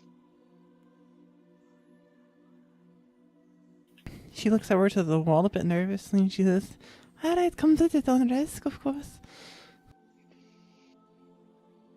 What do you mean? But it looks a bit... I guess it's been here a long time, but I'm afraid it's going to fall over. Well, he says, he indicates a pile of stone at the north end. That was once wall, and if you look, he goes over and picks up a stone. This edge is sharp. This happened not long ago, so walls are not entirely safe. Ah.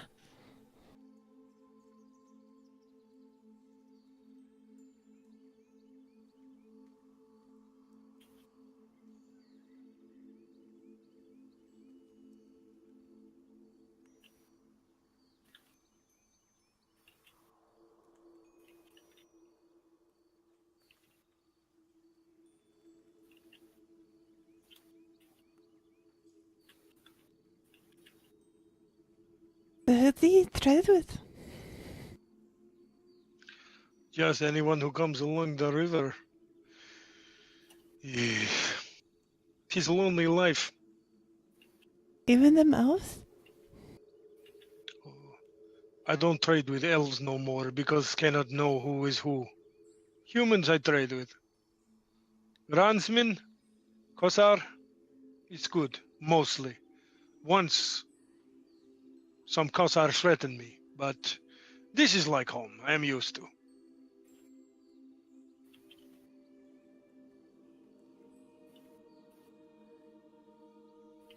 That don't sound very nice. Welcome to this land, little girl.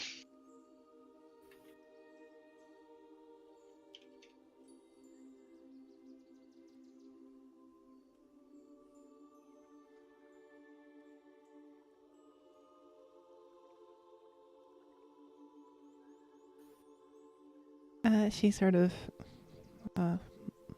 motions with her quarterstaff and she says, but if anyone tries to hurt my brother, I'm gonna have to beat them. The man roars with laughter. You are like a little one.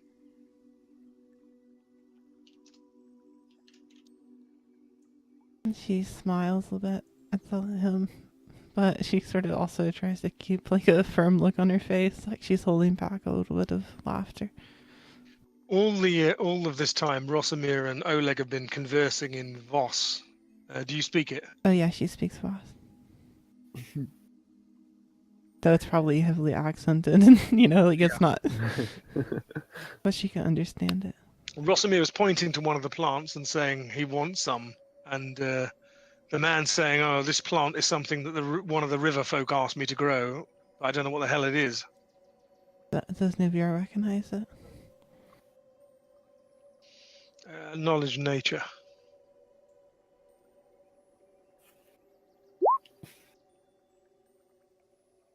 15. Gotcha.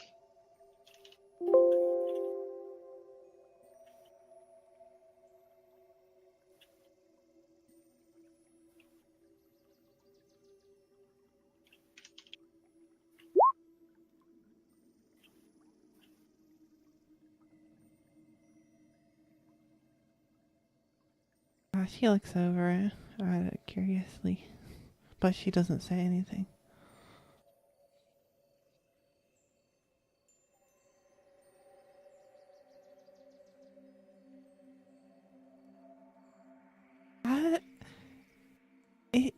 If you don't have any issue, I'm gonna go back down and check on the dinners. No, go ahead. I'll just pick some more bugs off my crop. Then I come also. She heads down, and then once she gets there, she kind of looks around to make sure the man isn't there. And she whispers to the other two, and she says, I'd suggest you don't drink any more of that. I warned you. That man is a liar. We should get out of here. But there's one of him and 4 of us. No, you don't understand. He's growing a plant over there. It's a sleeping plant for the elves. It's for the Satan. But he said he don't tell it the elves no more. He's lying to us. I think he's probably trading in people. Yelena frowns. Perhaps we should deal him more permanently then. He's up there picking the sleeping plant. I mean, I don't want to hurt him. I can't say anything for sure, but I just don't trust him. You can't go around killing people just because you don't trust them. If you did that, everybody would be dead. Yelena smiles bitterly. You're kind of quiet, Mima. Yeah, because you can barely hear you even though you're on max volume. Alright, Yelena's gonna smile slightly bitterly. Well, maybe you should tell that to the people back at court. I don't know what you mean. Oh, the nobles back home. Well, they do exactly as you say. Find one person suspicious and off with their head. Oh, discreet, of course, but it's rather obvious once you learn to watch for it. Well, I am very nice. Well, it's either leave the suspicious man and perhaps the next set of travelers he finds will fall to his trap, or deal with him now. Which one is lesser evil? I don't know if he's actually being mean. He said he was growing it for somebody else, but I don't know if that's true. Well, do you think that's a risk we should take? I'm not sure. I don't know for sure, but I don't want to hurt nobody if I don't have to. It ain't right. Well, you're certainly not getting any dinner from us now. No, you can't do that. Just give him some dinner and then we be on our way. That'll be the end of it. Just don't drink any more of that tea. I don't know what he's putting into it. If he's putting that sleeping plant into it, then I told you not to drink it. The elves warned us not to.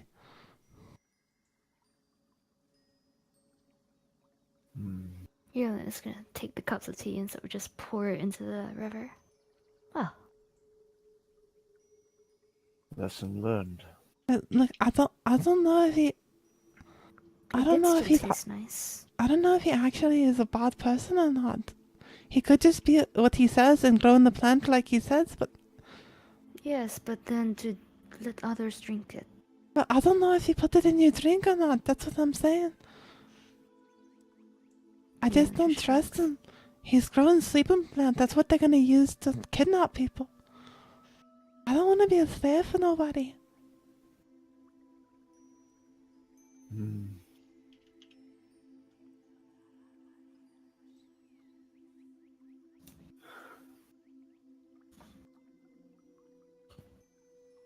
Well, perhaps if we don't trust them, maybe we should keep watches tonight.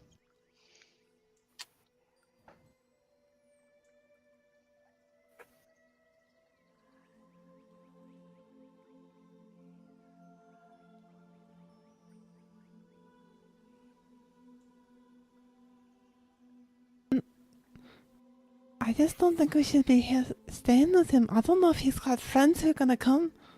You know what I mean? Arthur, suddenly his eyes become very heavy and he falls backwards asleep.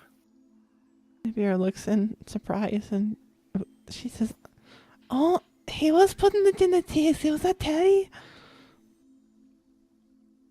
She sort of shakes her chair, trying to get him to wake up. Nivira, look after Arthur. I'll be right back. Yelena's just gonna make her way into the cave Wait. and make her way up the Wait, stairs. Missy, listen to me. The stone up there, it eats magic. Don't try to go do nothing up there with your magic. You might be surprised. She's gonna smile and sort of reveal the dagger in her hand. I don't need magic to do something as Don't basic hurt- as this. Don't kill nobody. It's not right. Oh, no, you don't understand, Novira. You don't have to kill someone to, wring the truth from them. And she's just gonna make her way up. You know, it's... I'm assuming she sees Rossi and the Oleg there. Yep. They appear to be dickering over some plants, and Rosomir is pocketing some into a sack.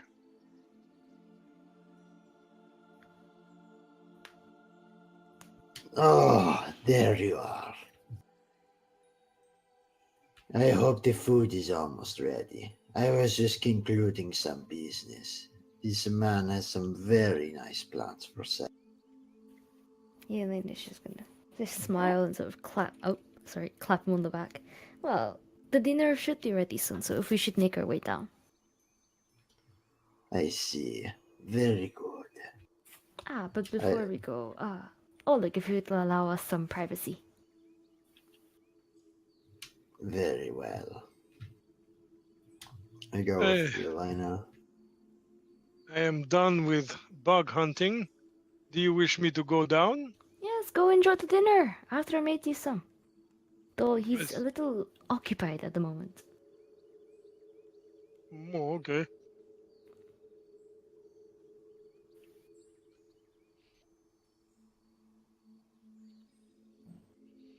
Yelena's just gonna turn to Rosomir. Did you know about the plants? What? That they cause people to sleep? Yes, why do you think I bought them?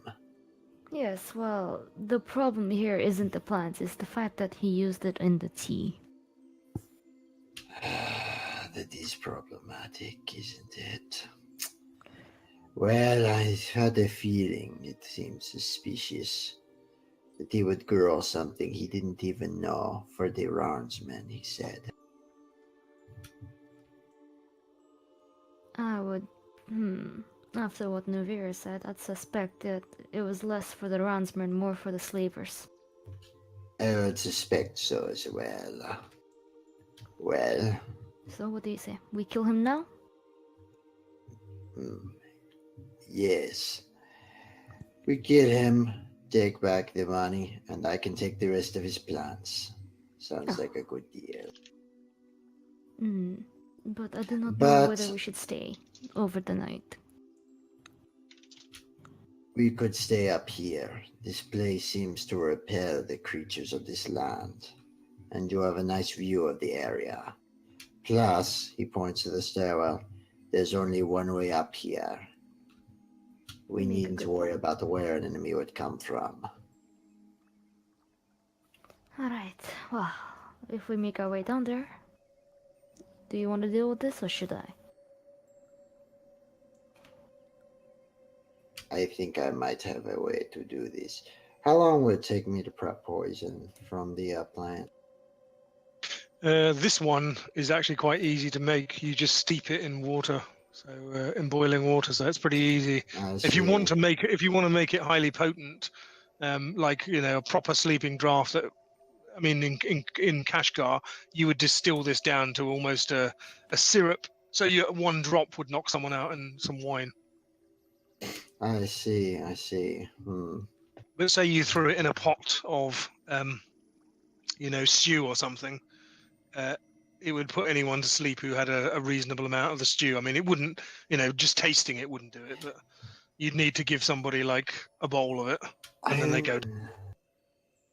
If this man is working with the slavers, it is probably fair to say that they will be here at some point, yeah. Yes. Your plan is?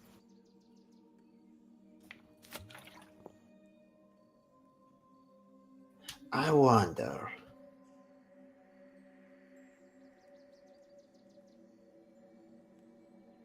Why kill him when we could sell him?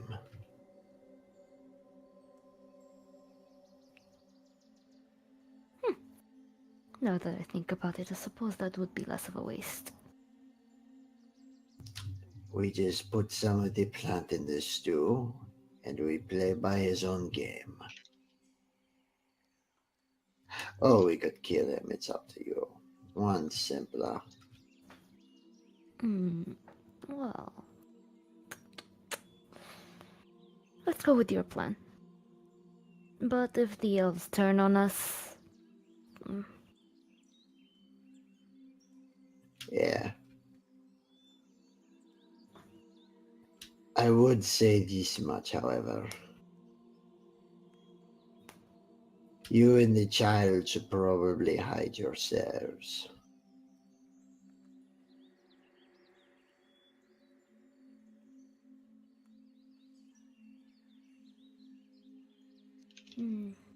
Well, I'll tell her to do that, and... actually, perhaps we should leave the others out of this plan. They don't seem like they agree with our methods. Indeed. Perhaps you should take the child for a walk while I take care of things. Of course. Alright, I think we're gonna make our way back down. Mm-hmm. Bada bing, bada boom. And if we're going to create a meat stew, I think Rosamir is going to put a little of the plants in the stew. Oleg is already eating because Arthur already cooked the food.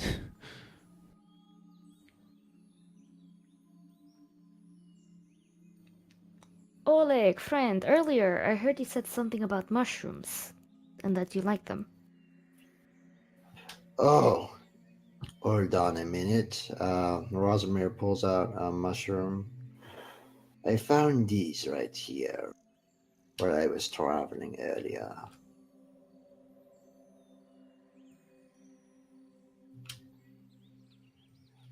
I heard from the ranchman that they are exquisite. They usually grow south of here. Please, my friend, you have been so kind. Will you not share them with us?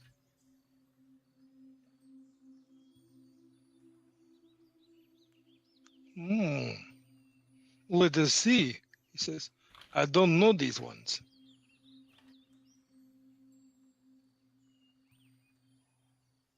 Are they going to eat the stew?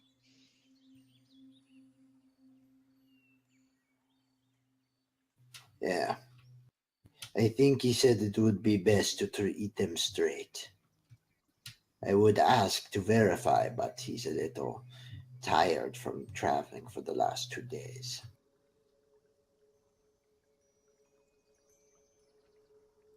He's out cold. I can't wake him up.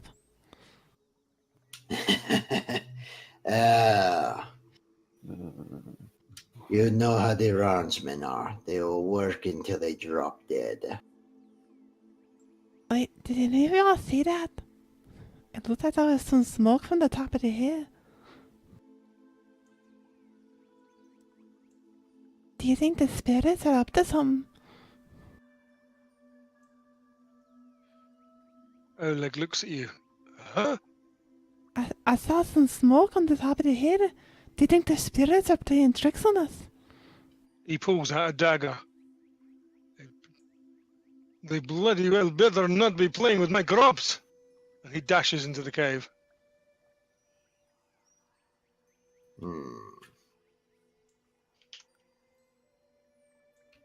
Do you know what that is? Rosamir is going to put some plants in his stew. Very well.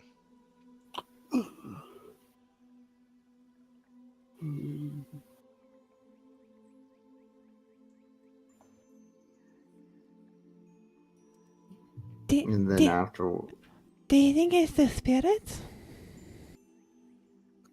there's only one way to find out. Rosamir is going to start heading up into the cave as well. Very well. Ugh. Ah. The cave now becomes important, so here it is. Only if we have map tools where you could make multiple levels. Quite. Yeah, I'm surprised they haven't developed that for Roll20. Oh, they can do it. They just don't want to because it's more expensive. They're too busy being controversial. They're too busy having the second most downvoted comment in Reddit history. How did they manage to mess up that badly? Yikes. And we're a niche community too, so it's not easy to do. Yeah, Redditors hate everything. Well, It's yeah, true. yes, of course they do. My point is just more of like out of all the things they hate, that they shouldn't be hating a D&D Roll20 tabletop the second most. I think it's more just the head of Roll20 was being just a petty person, that whole situation. Yeah. Anyways, sorry. The bandwagon. How dare you criticize the flaws in my program? Alright, so, What are you while doing, guys? Rosamir is going in the cave, I'm just gonna sort of... Navira, perhaps we should move Arthur to a better position. I don't suppose... I think we should move him into the boat. The boat? We managed to leave here pretty quickly, but I don't know. I don't think I could move him. I mean, I'm really strong, but I'm not that strong. For now, maybe we should borrow the shack. No, The boat would be nice, but... if we need to leave, I don't want to hurt the man, but I don't have a problem with stealing his boat if he's trying to make us space. Wait, wasn't the boat, like, half burnt, though? I thought he had a boat there, it just wasn't a fishing boat. He had a boat there. Yeah. I just didn't Alright, put it on okay, this map, maybe we but it should is there, move. definitely. Yeah, okay. Then maybe we should move Arthur there. But I can't get him into a boat. He's heavy. Well, maybe with the both of us? She just sort of glances at you, and there's like this look of like pity almost. Don't underestimate the noodle arms, okay? I don't think you could do it. Well, wait, we can start trying before the man gets back. Or, well... No, you don't understand. I don't even think you could lift me up, much less Arthur.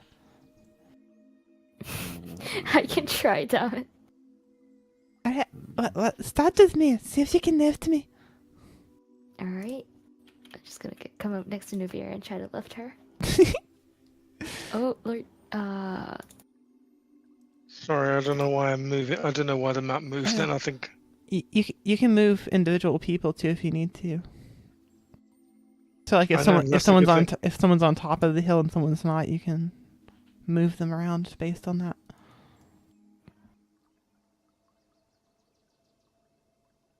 Well, I just followed him up there, unless there was something in the cave that was of interest. Rosamir, you see a man come down the stairs who you don't recognize, and then he ducks back up. I call out to him in Voss. Oleg! Is that you? No answer. I'm going to call out in Irish. Who are you?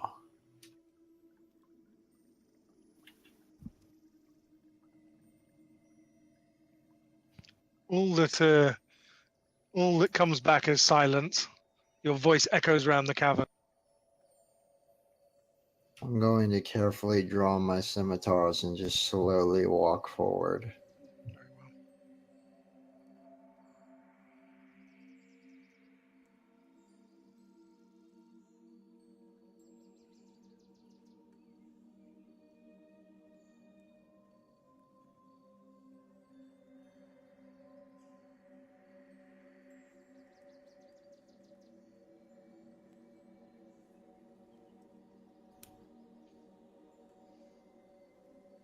Right. What's your perception, Rosamir? 10.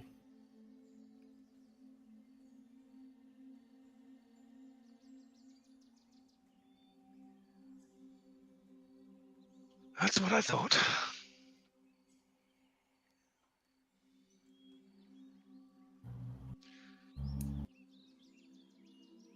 You notice what you'd previously taken to be the back wall of the cave is hanging slightly askew, and you now realize it's a piece of textured fabric painted to look like rock wool, probably with lime and other pigments. There's actually a tunnel leading off this cave, this direction. Rosamir carefully takes a step forward and parts the fabric with one of his scimitars, with the blade of one of his scimitars. As soon as you do so, you hear running feet coming towards you. It sounds like men running up a stair. Your warrior's instincts immediately kick in. There are multiple people running towards you, and possibly one running away as well. You hear someone shout in Voss, "They are onto us!" Can you all roll me initiatives, please? Roll what? Wake up, Initiative, it's please. time to die. Yeah, pretty much. Whoa! Murder time. The number you have, Oh no! the Arthur you have called is disconnected. Please don't. Please hang up the phone. Just and try napping again. away. Do you want my initiative anyway? Please. Arthur springs into action. Sleepwalking. Or all sleep fighting? Sleep fighting. Yep, that's to be fair. 3 is about right for this situation. Why does it have 0.1? That one seems about right. It's to break considering it's to break tiebreakers. Ah. Yeah, Yes. that seems about right for someone who's asleep. Just snoozing away. I'll be with you in a minute. I feel a lot better if you were up right now. It's okay. Have your nap. You need your beauty sleep. It's not like they need a fighter or anything. Yeah. It's okay. We got this, maybe. We'll see. Don't say that.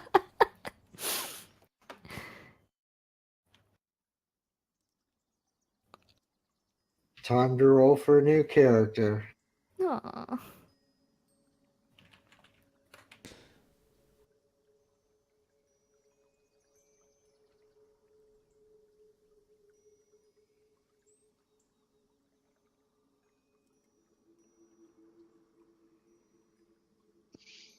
A man with a livid scar on his cheek bursts out from behind the curtain and hurls a dagger at you, Rosamir. Okay. She's going to show up as a different type of attack, but it doesn't matter. It's exactly what I've just described. What's your AC? 16. It smacks you in the chest, hilt first, and does no damage. Rosamir, How far is he from me? Not very. that? I think you can move and All right. strike. Okay. I'm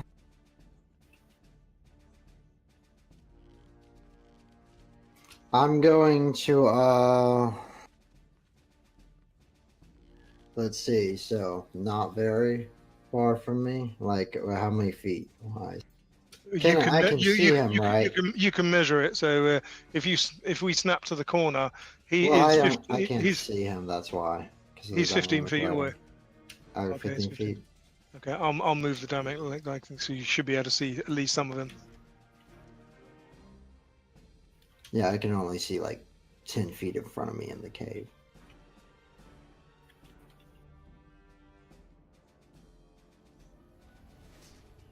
Better?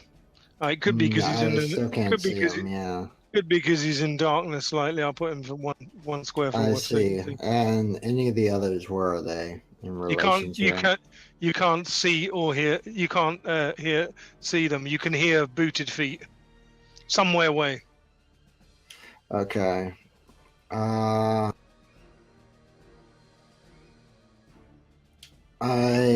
move in and I make a attack on him. One main attack and then one offhand with my sword. Very well.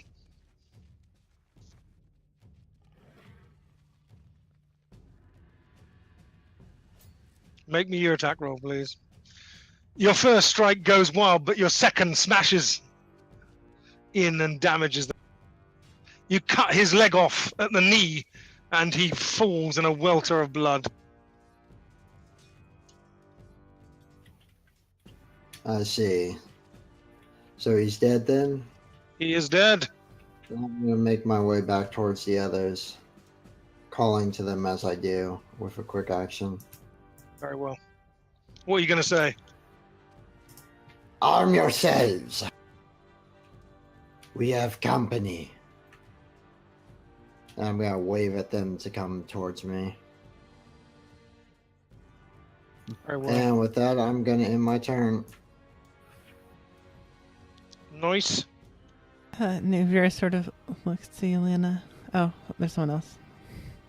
Yep. A man pops down the stairs and fires a crossbow with that has a weird-looking head at Rosamir, and he has advantage because he was hidden.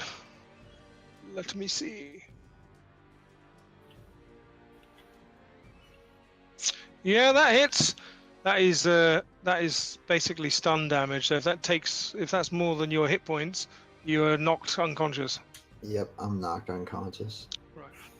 Rosamir is just shouting this when suddenly a prod quarrel smashes into the back of his head, and he drops to the floor as if poleaxed.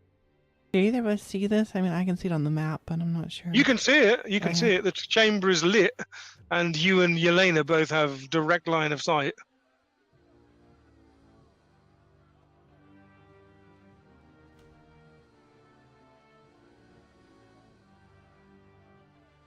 Okay. Nuvir's gonna tell Yelena, "Hey, put me down." Yelena's gonna do something. She's gonna wiggle out her arms. And she sort of looks over to Archer and she says, "We need to get out of here. We can come back for him later to save us. They're not gonna kill him."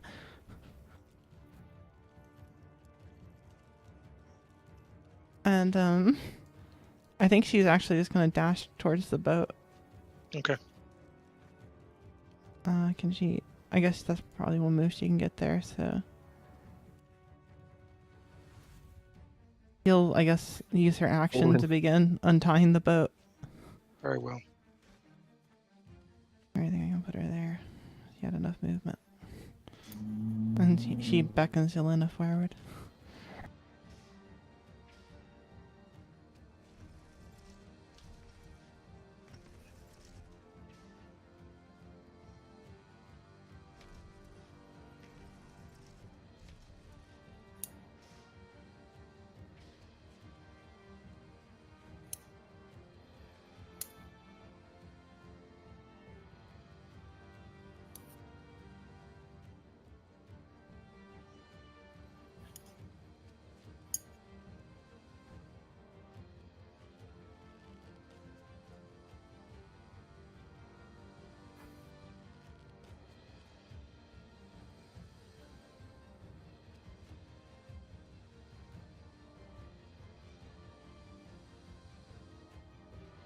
men come hurtling towards you. You can hear another one in the darkness. One runs straight past Rosamir. Yelena, it's your turn. Oh gosh. Oh jeez. Well, shoot, how far is he? 25 feet. Close enough for Eldritch Blast if that's what you want. Give him the big whack. I don't know if I want to whack him or the guy all the way over there with a crossbow. Mm-hmm.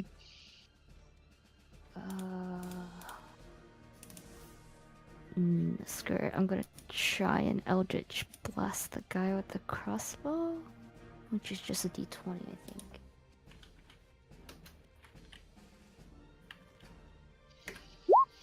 Oh gosh. Oh jeez. What's your bonus? I don't think I get one yet. Oh. You'll get your spellcasting modifier, won't you? Do I? Hold on. Yeah. That should be +4 then. That's a hit. Phew! Alright, so it should be a D10 done. Yep.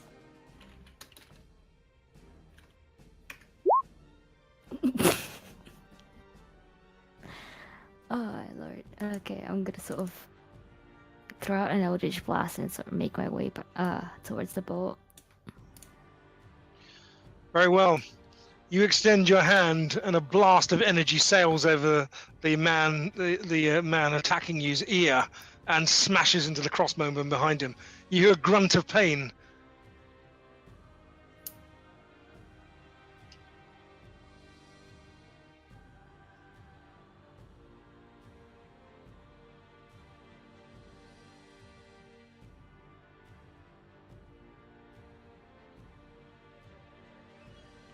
Archer, make me a con save.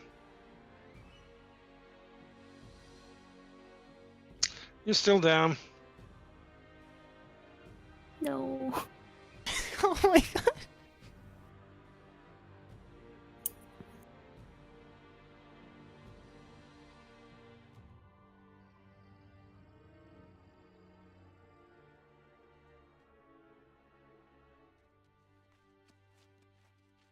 Death saving throw. Nope, you're not. You're just incapacitated. You're not dead.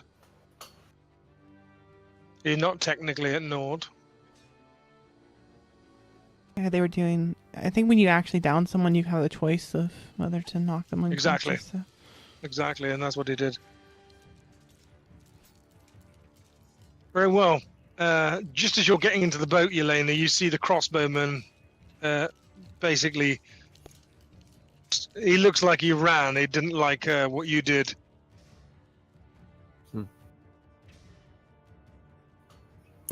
Nubira's gonna ready the boat.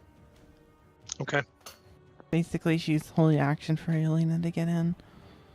Though I think Yelena's gonna have to row, just based on positioning. Yep.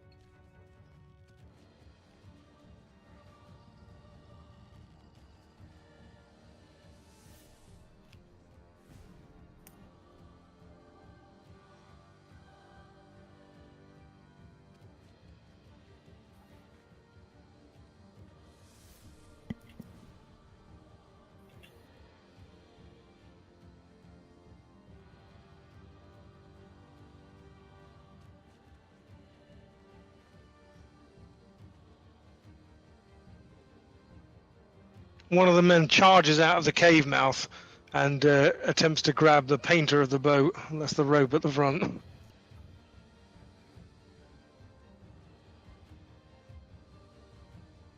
Yelena. Well, he's gonna get a good old Eldritch Blast to the face. Unless it misses. Oh lord. It doesn't miss. What are these rolls? He explodes in a shower of gore. There ain't a lot left of him. Get the heck off the boat. Nuvira lets out like the loudest scream you've ever heard at this. Alright, time to hop on. Oh gosh. Yikes. As Yelena jumps on the boat, She actually looks back and she can see that the remaining bloke who was charging towards you, checking on Rosamir, has actually turned and run. Oh. Yeah. Oh. Oh no. Oh, there he goes. Arthur, Bye. Arthur, make me a con save, please. Bye, Felicia. Arthur, you come groggily to your senses. You can hear the sounds of combat, and you just wake up in time to be showered with blood. Oh no, that's a horrible thing to wake up to. That wakes you up pretty darn quick. I see Yelena jump onto the boat immediately afterwards. Sorry. Arthur looks around for Rosamir. You can just see the slumped form of what could be your friend. You recognise him by his distinctive cloak. How much my turn do I have left? You have it all, but you are prone, so you lose half your movement for standing up. Okay, cool. Right, I get up, and my movement is 30 feet, so I double move. 1, 2, 3, 4, 5, 6. I get to Rosamir with half of my movement left. Yes. On my second thing, but I can't use any of that movement to pick him up, can I? I'll allow you to drag it. Start dragging him if you wish. Just to get it moving, and then I'll lift him on my next turn. All right. Let's take him back a square.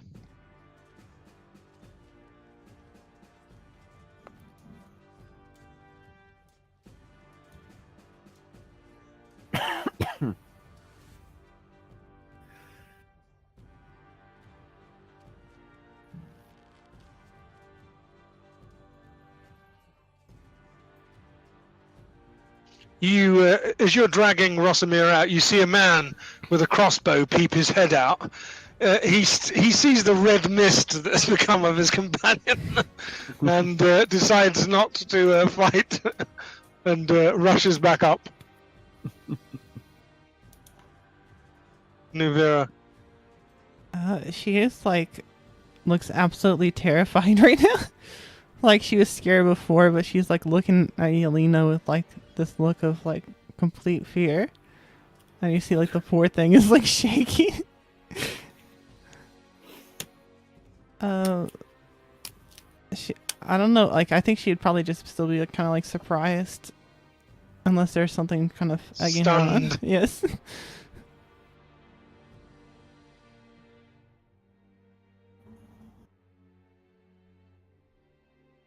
Yelena, your action. Yelena's gonna hold her action.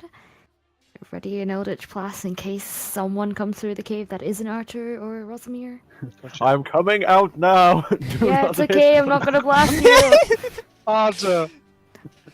I do not look like myself right now, but that's because of the blood. Yeah, that's a great identifier as to why I shouldn't kill you. You're covered in blood. Ooh. The red team! Oh no. Bit too literally. Yeah. All of a sudden I have the same face paint as the Satan tribe. Why do you think? Are you dragging Rosamir, or are you going to pick him up and carry him? I'm going to pick him up and carry him because that'll be quicker.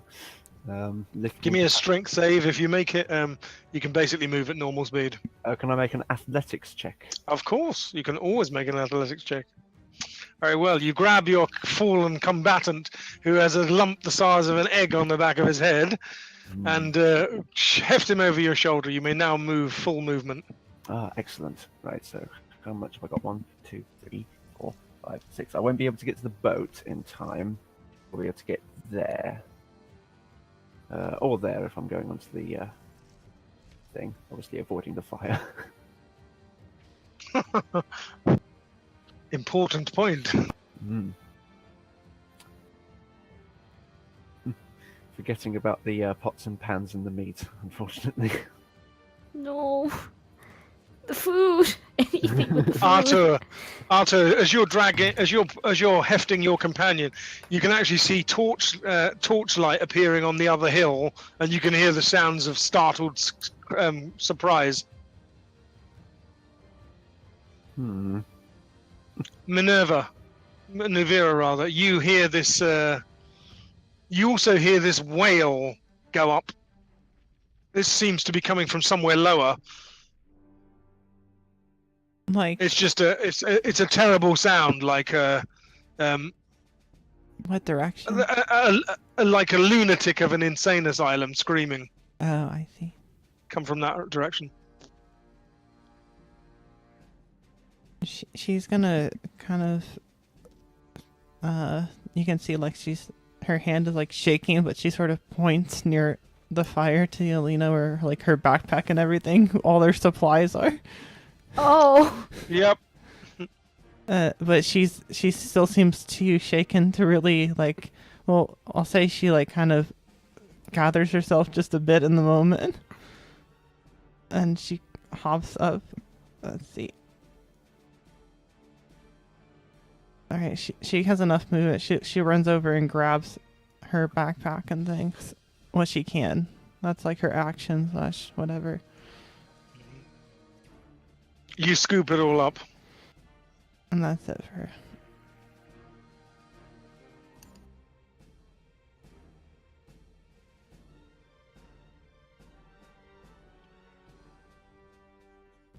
This guy comes and takes a shot. Wait, where is he? Is he from behind? Yeah. The only one he can see is Arta. Mm-hmm. Shh, don't have line of sight.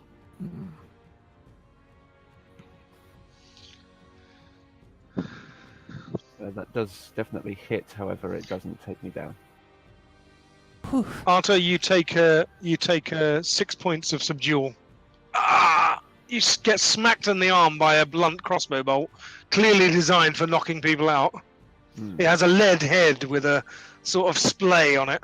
So as soon as it strikes, it's designed to knock someone completely senseless. Hmm.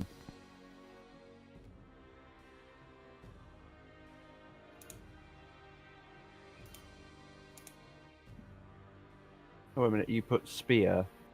That would. Yeah, don't worry. Don't worry. It's the same attack roll and damage. So I'm just using the same attack because I can't be bothered changing it for every one of them. Fair enough. Yeah, it takes forever. Yelena. Well, at seeing her friend get shot, she's gonna be very, very pissed. She gives a very unladylike growl, gets out the boat. Starts blasting. She's not happy about this. She's gonna make her way. Hold on, how much movement is that? No, can't make it that far. Well, I can make it next to the campfire. You can make it there, which gives you line of sight. Oh, here. Yep. Yeah. And he gets a blast. Fire from beyond the fire. Hell So, Arta, you're just rubbing your arm and dragging Rosamir when you suddenly see Yelena stalk down the jetty with a look on her face like thunder. No. that roll! At least it wasn't that one. Oy. It's true. Oh dear. Warning shot, warning shot. That's your plus that's with your plus, isn't it? Mm-hmm. Your blast takes a chunk of stone out from behind the man, and he looks extremely scared. In Voss, I'm gonna say, leave if you know what's good for you. Nuvira lets out a scream. Another one. What are the pigs doing, by the way? Are they all running away from all the eldritch blood? Yeah, the pigs have just legged it. Oh no. One of them did stay and actually licked up some of the crap. No. And you suspect they'll probably be back for the rest of that guy later. But at the moment, they're buggered off because of the loud bang. Oh, Steve, I think the mic might be a bit too close. It's a bit, Alright, gotcha. Thank you. Alright. Arta. Arthur. Well, my main concern, carrying this body to the boat. Person, it's not a body. Yeah.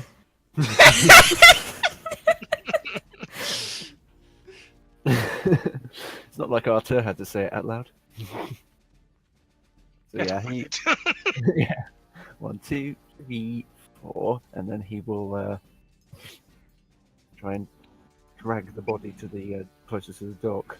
That's a more safe place Rosomir into it. We have enough. You can spend an action to put Rosomir in the boat if you want.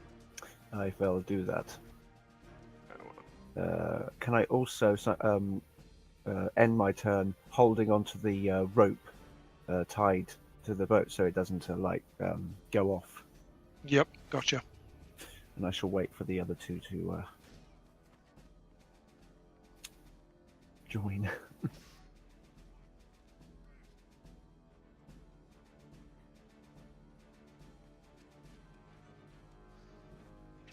Nivira, you hear more running feet. She looks up, kind of like with a fearful look at Yelena. And she nervously goes around her. And I guess she'll double move because she has to because she's underweight now, but she can get on the boat with a double move still. Yelena. Sergei is still in sight, frozen in place. Well, one last blast. Excellent. Yay! Roll me damage, please.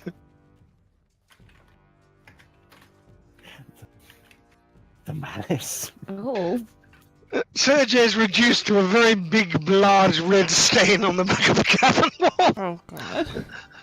Yelena extends her hand, and you all have a moment of, unlimited power. And then she promptly throws up over the side of the river. Yelena, the boat. Get in. I'm busy throwing up. We're going. After she's done, she wipes her mouth and sort of makes her way to the boat. That's enough spaces, right? Yeah, There's enough spaces for everyone. Arthur. Dwell on your unlimited power once we are going. Big Arthur blast. gets in and begins rowing.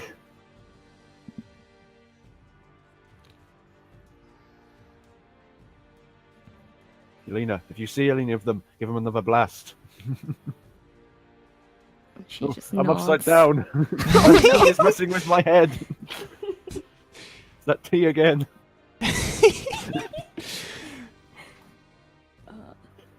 That's some really strong tea.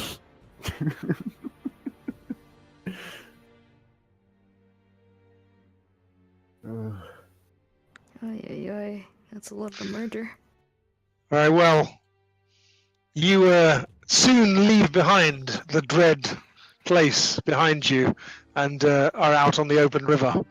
As you drift down, as the night begins to gather, you see men running from both bases of both hills, and they launch crossbow bolts at you. I'm assuming you return fire with your Eldritch Blast, do you? Yep. As the first blast smashes into the soil next to them, the men all run. Yeah, I know.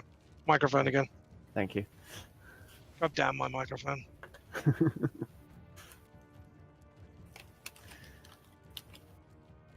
You escape off into the gathering night.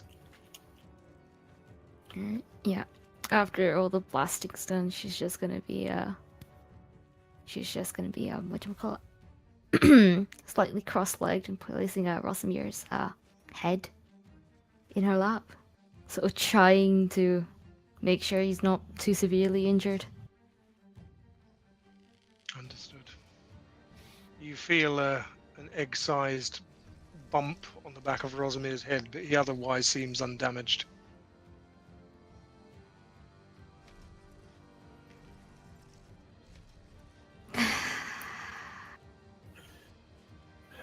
We need to reach shore as soon as possible and make camp.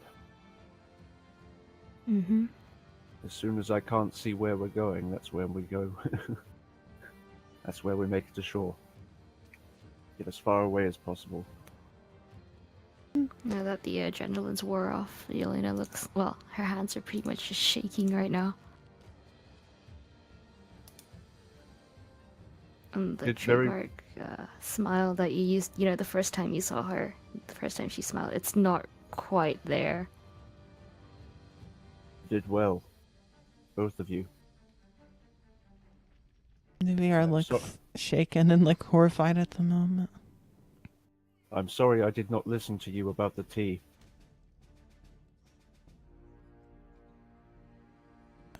She sort of looks up to you, but she just seems like really shell shocked. Yelena's just gonna whisper to Arthur, "Take care of her. I'm afraid my powers, or what I did to those men, she didn't take very kindly to it."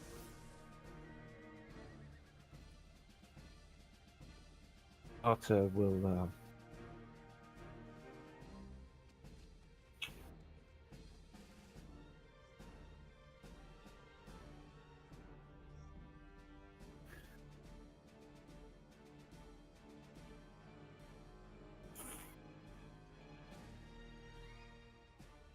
Did you say something then, Steph?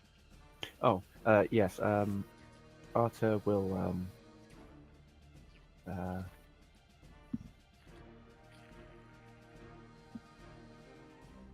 Yeah, Arthur will merely rub her shoulder, momentarily consoling her before continuing rowing. She sort of gives like a wry smile with her like blood-stained face. You can see her clothes right now are just like horrid, though I guess yours probably are too. Aye. Arthur,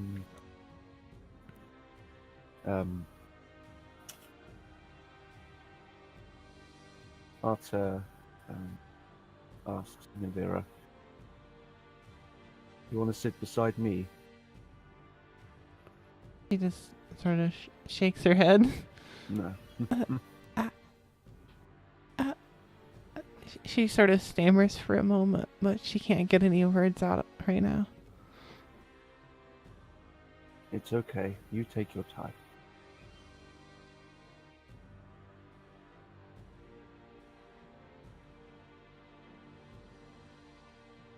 Dusk is beginning to gather, and your sight is beginning to fail. Do any of you have a way of lighting a torch or anything?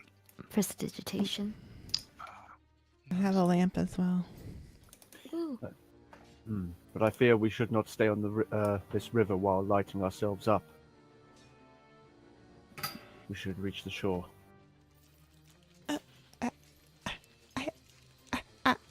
I think we should. I think we should go into the. We get to the. Tomorrow we have to stop rowing. Maybe we have to get to the end.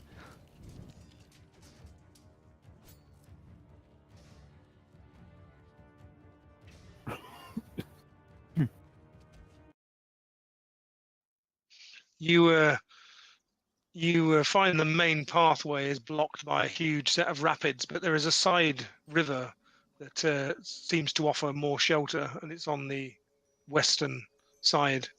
And so you nose into that direction, and you could safely get out of the boat here quite easily. Or you can continue on the main channel if you desire. But it is dark now. You can hardly see anything. Fortunately, those who attempted to drug you are several miles away now, for the river carried you swiftly, even without rowing. It's a very fast current. This is good. We shall make camp off the main river. But,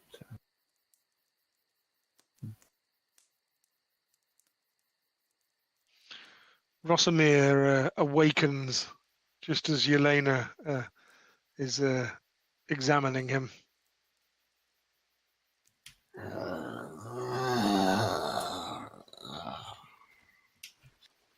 awake just in time to go to bed. Zimmer kind of groggily opens his eyes, and like reaches for the back of his head, trying to sit up.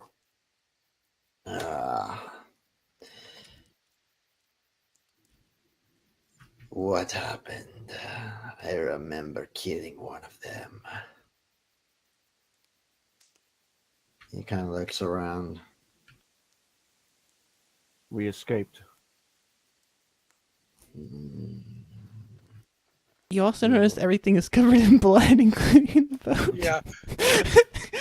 Yes, Whoops. Arthur in particular looks like he has been dunked headfirst in a barrel full of red paint. I'm assuming you got a few of them yourself, Ronsman. Actually, I was more focused on making sure you were okay. You have your friend to thank for that. I was merely caught in the crossfire, as it were.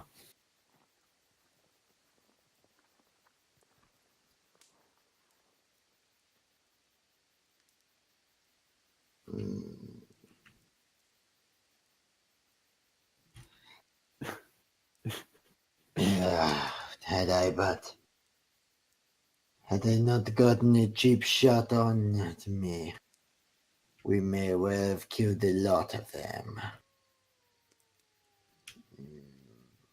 Ah well, I fear it did nothing not. to do for it now. He shouldn't say something like that. They are slavers, they deserve it. Indeed, but there are many more slavers here. Killing them all would not solve a slaver problem. No, Much but more it would important be that we get somewhat away safe. cathartic. Safety, survival, much more important than catharsis. Pleasure. Fair enough, Roundsman. But we are safe. Anyway, how long have I been out? Maybe I just point to the night sky. Hmm. It was almost this way when we arrived at the cottage. It was 2 It hours doesn't from really. night time when we arrived at the cottage. Yes. Oh, you've been So traveling a few time. hours at least. Yes. Well, I do not feel any worse for wear other than this lump on my head. That is Turns good. to Yelena and speaks to Voss.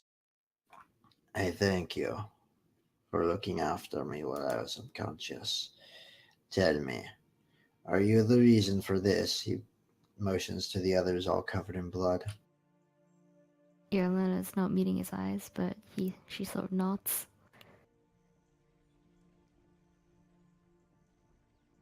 He just gives a silent nod. And then he reaches out and kind of puts a hand on your shoulder.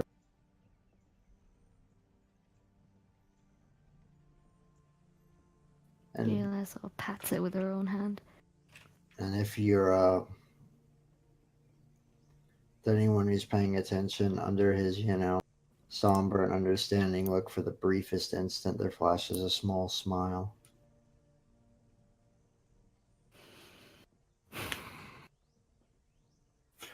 Well,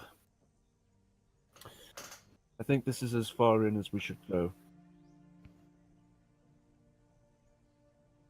Indeed, the flow of this river is from the bottom of the map to the top, and so it's actually quite hard to row against the current at the moment. Mm. This was just a siding that you took because it was a convenient way to get off the main river.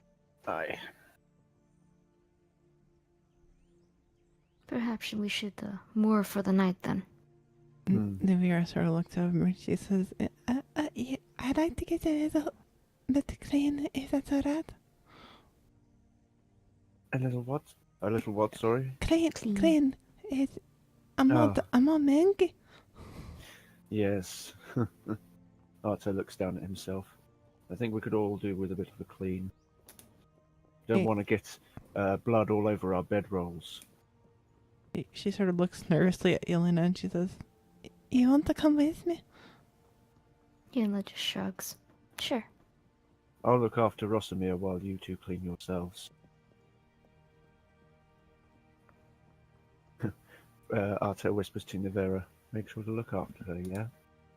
She nods nervously.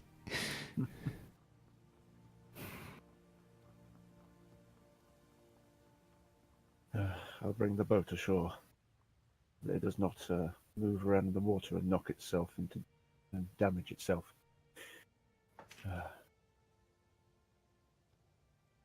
So Arta brings the boat onto the bank. As Yelena and Nivera go off and find somewhere more private to wash themselves. Doo-doo. Very well. The night is now one of those nights that you have experienced many times in your life, Arthur. Pitch black. It's without Nuvira's light, it's almost so black that you can barely see your hand in front of your face. Arta rubs his arm that was struck by the blunt crossbow bolt earlier. It is Trying to- badly bruised. Indeed. I'll be feeling that for quite a while, the little bastard. How's your head, Rosamir? Other than large amounts of pain.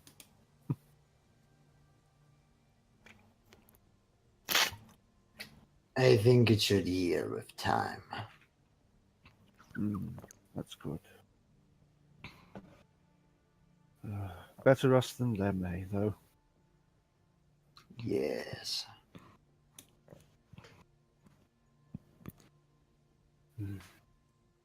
I only regret I could not fell more of them before going down.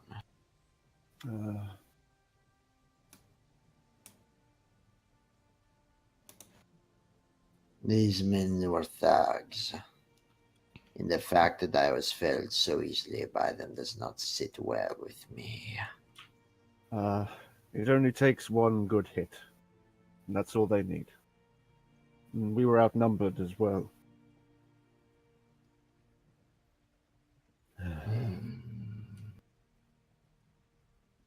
It's a good Even job still. It's a good job that Yelena has certain powers for Nuvera. Still, it is my job to protect her, not the other way around.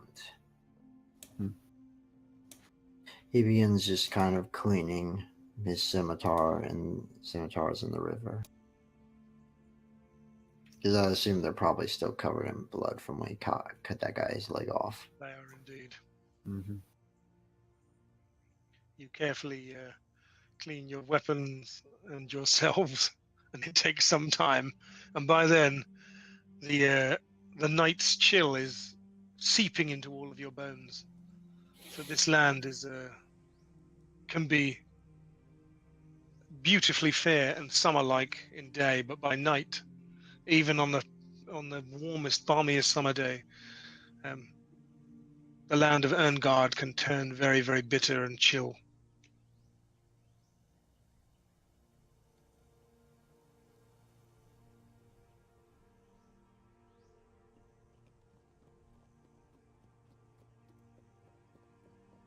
Rosamir turns to Arta. We should probably set a fire. It is too cold a night to brave the elements. Are you familiar with the pit? Smokeless fire. Am I familiar with the smokeless fire? Are you trained in survival? I am. Let me check.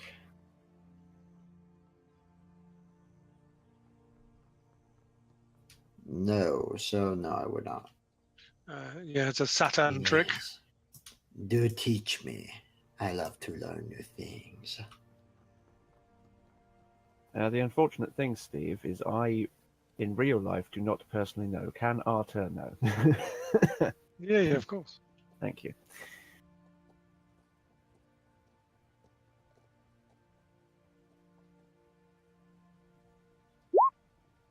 Rosmer is going to pay very close attention to the steps as Arthur goes through. Hmm. I'm going to give you control of this token so you can put it where you want. Stuff.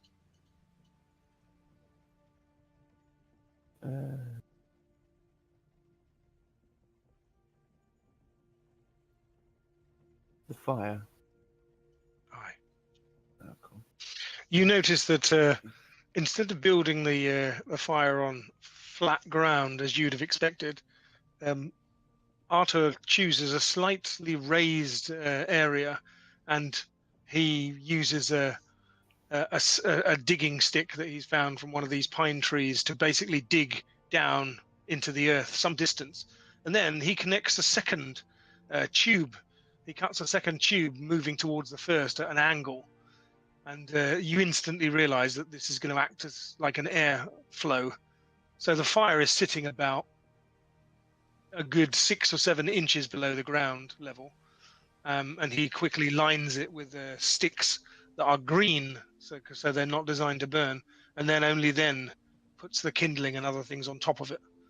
So it seems that this fire is designed to draw air along, and as soon as it even starts to light, you see that the air drags more and more oxygen over the fire, and it burns very, very quickly and sweetly. The only downside with the fire is it seems to consume a lot more fuel, but the light from it cannot be seen. I see. Fascinating. Can Rosmer make a note of this? Aye. I say he will then, indeed. Very well.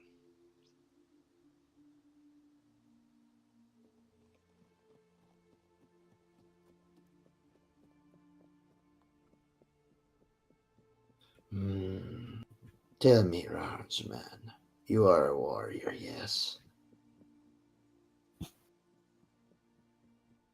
In many ways, but in many ways not yet. Then I think we are both in the same position, in a way. I am among my people a sort of warrior. But today I proved I wasn't much of one at all.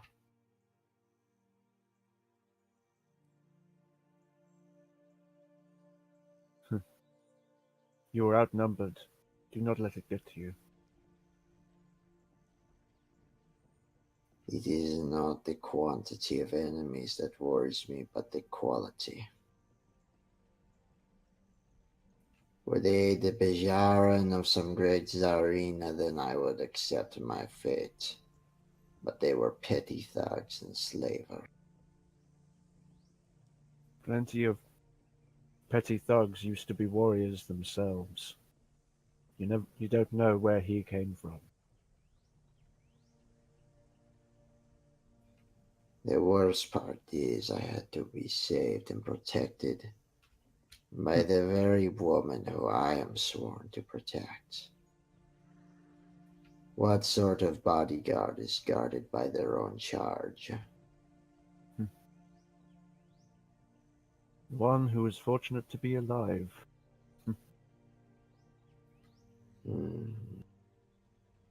A very lucky one.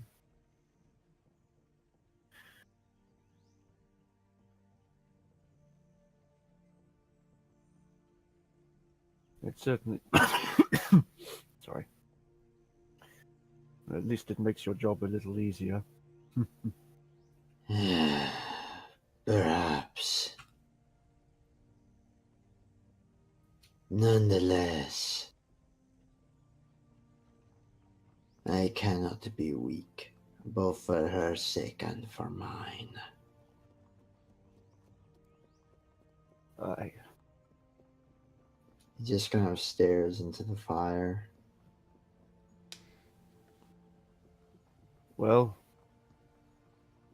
given up the path that lies ahead, something tells me you'll toughen up soon enough.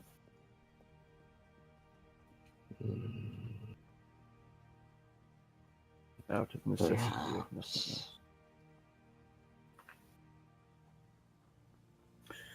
Oh, my arm.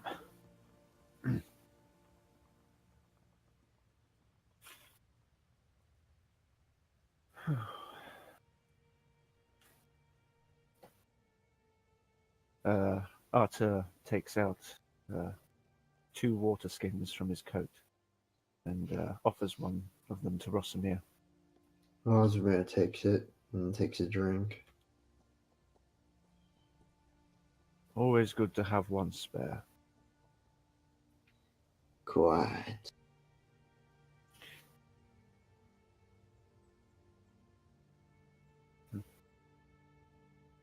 Tell me, Roundsman, what is your homeland like? Where I come from, the soil is poor, and the people live in great towers built from basalt that stretch up to the heavens. It is a very different place from this land.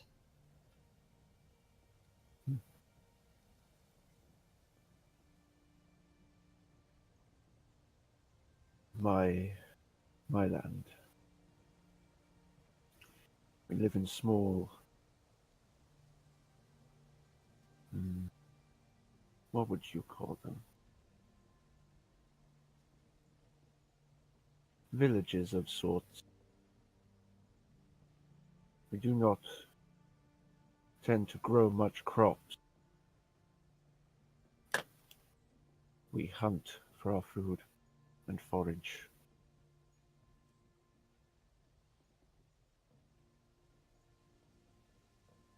It's very simple, really. No towers.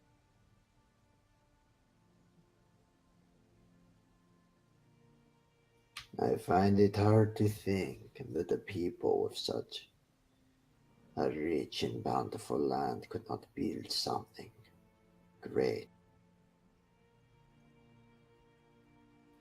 There are ruins over this place. Once it seems there were a people, much like my own, who lived in dwellings of stone.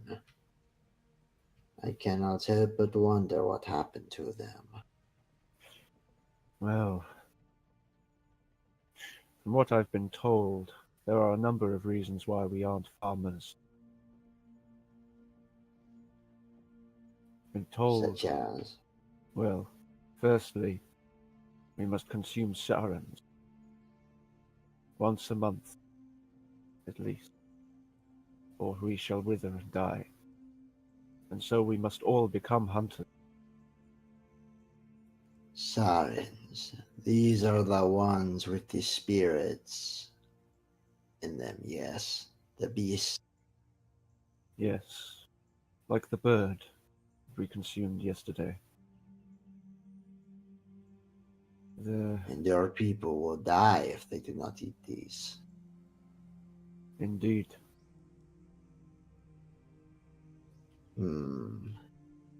Strange. I wonder why that is. It does not seem to have that effect on my people who dwell here.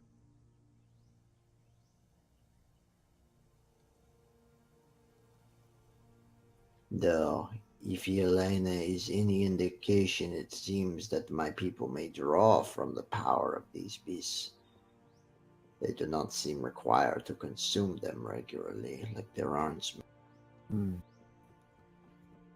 So many strange questions. What of these fey creatures that keep being mentioned? I am not familiar with them. We have many things in my homeland, but these fey are not something I know of. Everyone seems to be weary of trekking into their lands. Know you much of them?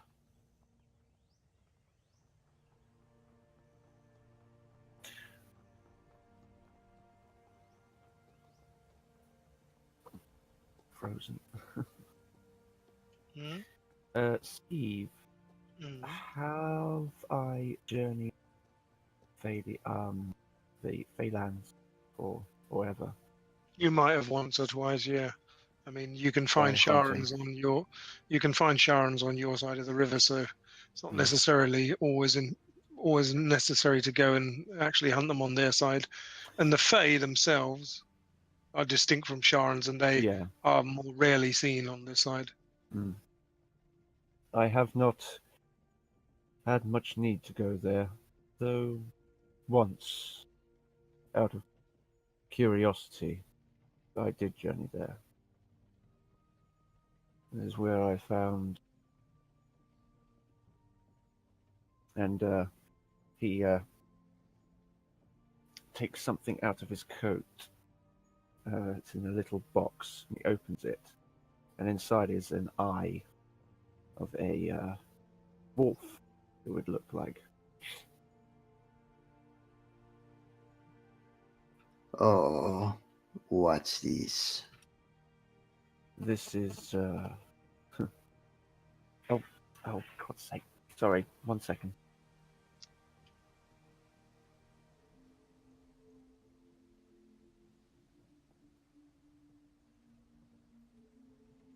Let the camera shift to the conversation between you, Nuvira, and Yelena then. I think it was about they're about to go back to the camp. Yep. That is inevitably the case. Navira will probably like hang all their dirty stuff between like a line of string or something like that. Just so it can dry through the night. Yelena's only got like one pair of clothes. So she's gonna Well, she has like blankets and stuff so they could wrap themselves in that for the evening if they need to. Yeah. She's gonna keep on the cleaner clothes as well as the blanket and just sort of drapes it over herself. And the rest of the clothes she's just gonna keep in a very coat bundle. Gotcha. Navira's she's trying to hide it, but you can definitely see like parts of her body that are normally like well hidden have like bruises and like scarring on them.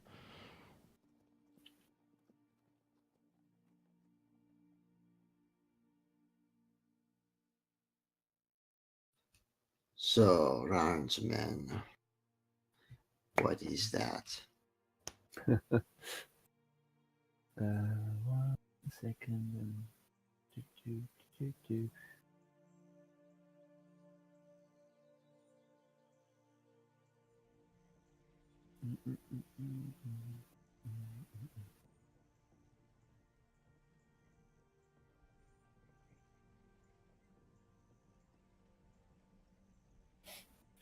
It is my, you might say, trophy, my memento of my kill. This is a Fey wolf. I didn't see much other creatures while I was there. So, the Fae are animals then?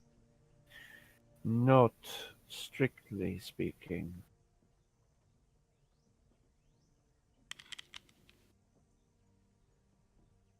I did not encounter anything else, but I've been told that they are not all animals.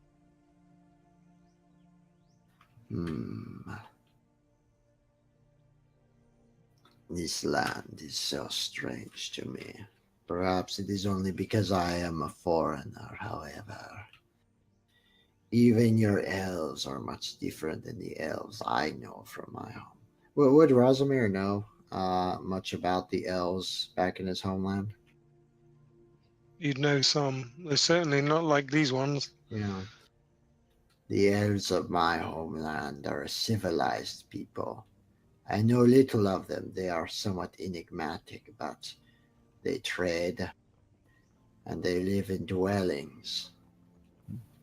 One would think they might also have cities wherever they come from. They like live over the sea, right? Aye, they're the Lyrian sea elves. Right, right. They travel in boats across the great ocean, bringing all sorts of exotic goods, Hmm. dressed in fine silks and other things. What is that? Is it an ocean?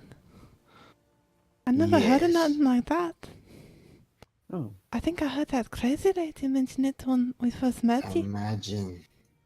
Imagine the Great Lake like the one around Kavas, only 1,000 times larger, and that is the ocean. 1,000? What's that?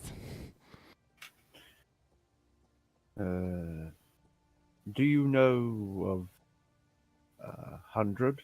Ah? 10 hundreds. Oh, that's quite a bit. Why would you ever need that with a good number?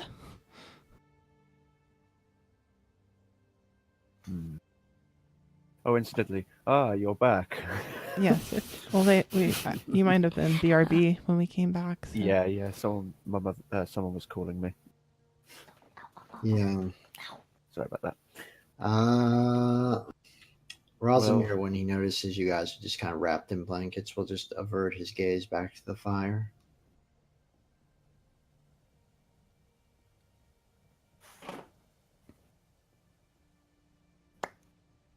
We do Yelena have sort to- of rolls her eyes. There's no need to be bashful. How a tenth is big enough for 2 people? It is not about embarrassment. It is about propriety. I just add an astro. Ain't nothing to worry about. You two okay? Yes. The water was a bit cold, I guess. It was. Navira sort of looks over to Helena with a smile and she says, but we had a good talk, I think. Mm-hmm. That's good. If you're cold, I have another blanket. He grabs a blanket out of his backpack. I think you're gonna need it more than we are, because you're gonna have to sleep out here without the tent. You can, if you want, you can turn the boat over and use it. We will be fine. We have a fire. Indeed. Navira will begin setting up their tent. She'll probably get some help from Arthur. Aye. Oh, I can use prestidigitation to warm our blankets. You can also use that to clean us. Oh! I hate to tell you this. Yeah, I was going to say. Aye, I aye. didn't want to spoil the moment. Then again, Yelena's learning of her abilities. She doesn't necessarily know to do that yet. What are casters? Aye, aye. I mean, In you could have used it all to clean honesty. everyone this whole time, so Yeah. We're already but after clean, the so- whole. Wait, I can't mean, you use it after to the dry whole- stuff too? yeah. Probably. Yeah. Yeah, but I mean, considering how You can Nuvira dry, you reacted can to. dampen, you can oil. Yeah, I don't. After Nuvira reacted to the whole murdering with Eldritch Blasting, I don't think Yelena feels comfortable using magic around her. Well, I think there's a bit of a difference between like blowing someone to bits and drying laundry. Still, bit of caution. I thought, seeming as you weren't okay with me killing them, that you wouldn't be okay with me doing the washing up. Hey, You know. there's people who don't discriminate between magic. All right. It's starting to get a little passive aggressive. Well, if you don't want me murdering, I guess I won't do any of the chores I want. I mean, it's not fitting of me to be doing chores anyway. Of course. Rosamund is going to pull out a little red book from his person and just start perusing it. What was it red before, or is it just red? No, it's always been red. Scrubbing the book. Oh gosh. Well, everyone's got their own red thing now. Arthur's got his red cloak, Rosimir's got his red book, and the rest of us are just covered in blood. No, we're not covered in blood anymore. We cleaned. I mean, we were. The other two are still covered in blood, though. You need to use prestidigitation. Let me just magic the blood away. I mean, we cleaned our stuff, so Oh, you yeah. did? Okay. What if I Yeah, accidentally I make you wasn't super covered in that sparkly? much. A guy didn't Oh. explode next to me. I just hacked the guy's leg off. Big difference. Just. Well, Nuvera will hang your laundry then, too. That will only give like a little spurt of blood, you know. It's still blood. I'll have you know that blood So stains Rosamund is just horribly. going It's to, such a like- pain to try and get it out. The biggest thing is you need to tend to your blade as well. He's gonna read his little red book You then. need to clean and oil it. Otherwise it'll rust from the blood. Choppy, Indeed. choppy. Yes, my sword Bloody hell. in real life rusts from fingerprints. Yeah. Yeah, Like, Yeah. No, you he have took care of to his you have to sword oil it earlier. properly. Yeah. So. Yeah, he took No, care of it earlier. If you Yeah, don't- he If was you used don't, for that. fucking hell. If you don't have oil of your Just own, banging your house. If you don't have- Doors around the house. Ay, ay, okay. Everything okay? ay. Alright, if people want to stop banging the doors, that'd be great. what is going on? I don't know, but for some reason they're being extremely noisy. Oh, Uh, interesting. That's my job. Wow. If you don't have any oil of your own, Rosamir, Arthur will lend you some. I thank you. He goes to sort of start oiling his scimitars. Oh, Placing the book down at his side for now. You notice it's like anyone who looks at it might notice that it's decorated with like various teeth and little claws.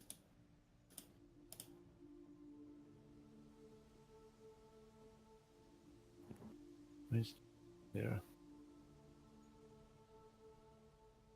Is she in the tent?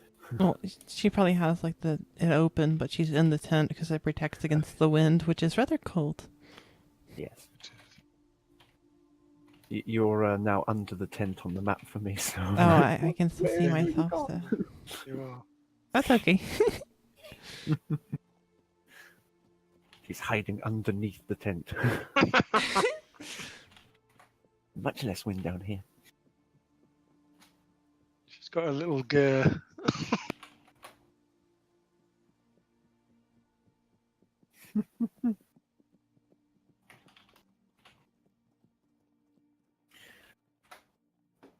I'll take first watch.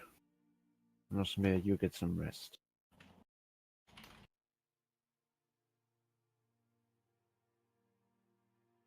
He nods as he finishes with his scimitars, and he just curls up next to the fire and goes to sleep.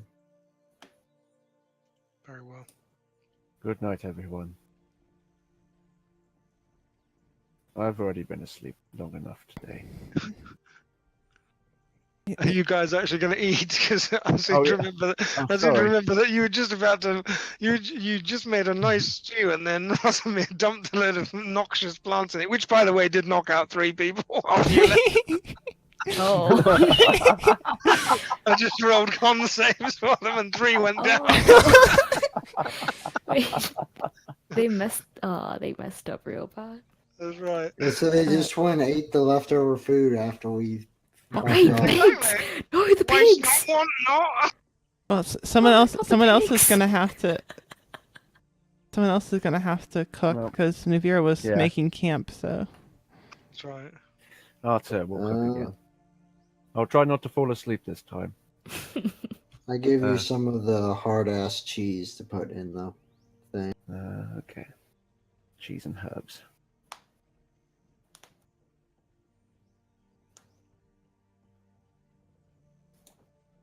Very simple dish, but it will fill us. Hey, did he ever take those special mushrooms or not? No, he didn't. Okay, so I still have them. Okay. You do.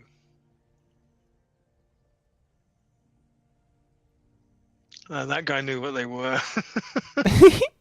That was his signal to run.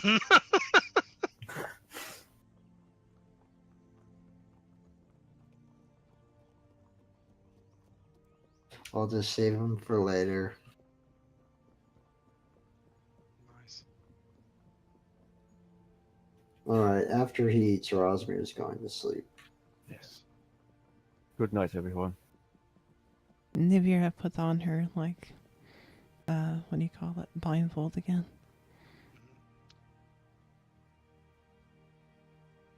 Is Yelena? anyone who's not got a bedroll sleeping outside a tent? I've got a bedroll. Good. I guess I'm gonna be I nicking do one of as the bedrolls. well. You can just share Nivira's again. Yeah. Yeah, I've got a bedroll as well. Good. I will See, mention it's annoying. she sleeps like a little rough. You'll probably notice. It's fine. Arthur gives Yelena another blanket on her way into the tent. She nods her thanks. Very well. It is. The camp settles down after you've all eaten. Your bellies still feel horribly empty after an entire day of walking, and also all the fracas that followed later. And so you all feel a bit light as you settle down to sleep. And the first thing that happens when you lay your heads on your pillows is that you hear the sounds of your own stomachs gurgling in protest at the lack of sustenance. Anyway, this soon fades as the adrenaline from the night's events hits you and drains from you, and you all feel unaccountably tired. Arthur keeps his watch, banking up the fire to keep it warm, so that he and Rosamir can survive the night. And the frost begins to form on the ground. It's about 3 hours after you've just started your watch when you hear something in the darkness. Sheep. Aye. Back. Assert your dominance.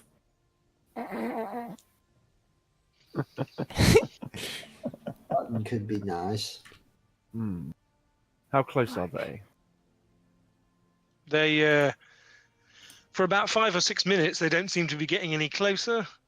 But then you hear the distinctive tink of the bells that shepherds use, and you see that there is a man striding along on the other side of the river, who's just approaching. He appears to be basically moving his flock around. We are not hidden from him, are we? Not at all.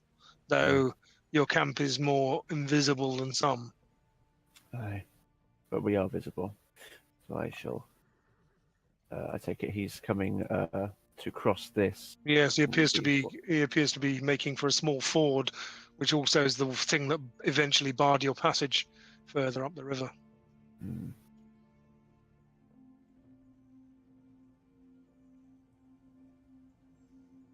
As he strides into view, you see he carries a simple spear of stone, as many shepherds do in your lands. Vidar, he says, giving the greeting of the Ransman. What is that greeting? Vidar. Vidar.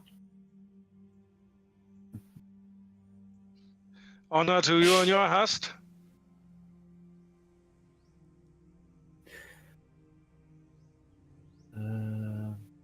A strange place for a campsite. Merely a place on the way. Out of the way. Well, it looks nice and snug. Wish I had found such a campsite. But half my flock was scared by a wolf. I was camped back there about 2 miles away. Blasted thing set them all in a lava, and now I must gather them in the darkness. But if I don't... Please, fellow, if you could keep it down, there are people who are trying to sleep. I would rather they not wake. It has been a tiring day. Oh, has it? I'm sorry to hear that. All such journeys in the wilderness are tiring. Well, I can keep it down, but I cannot guarantee for my sheep, my friend. Sorry to say. Tell me, are any of your sheep perchance available for purchase? Well, I suppose so, seeing as how I'm just droving them, he says. I was going to sell them in Kavas. So, here is as good as any. I don't suppose you're going to do me a favor and take more than one off my hands, though? I fear only one would be reasonable at the moment. I don't think we could carry enough with us. Right you are. How much would you be selling them in Kavas? Well, he says, I can get sometimes a silver piece, a sheep, but I doubt they'll fetch that much this year, if I'm honest with you. So, shall we call it 2 tin? Remember, gold is Yeah. silver, and silver is now tin. Aye.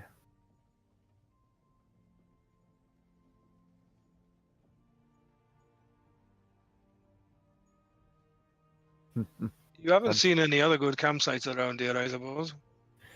Unfortunately, I was focused on the river while I was moving down it. Ooh, he says he suddenly sees you have a boat. Oh, I'm afraid there wouldn't be enough room for you, your sheep, and us. by the looks of that boat, my friend, there wouldn't be enough room for me and the rest of your companions. Ah, never mind.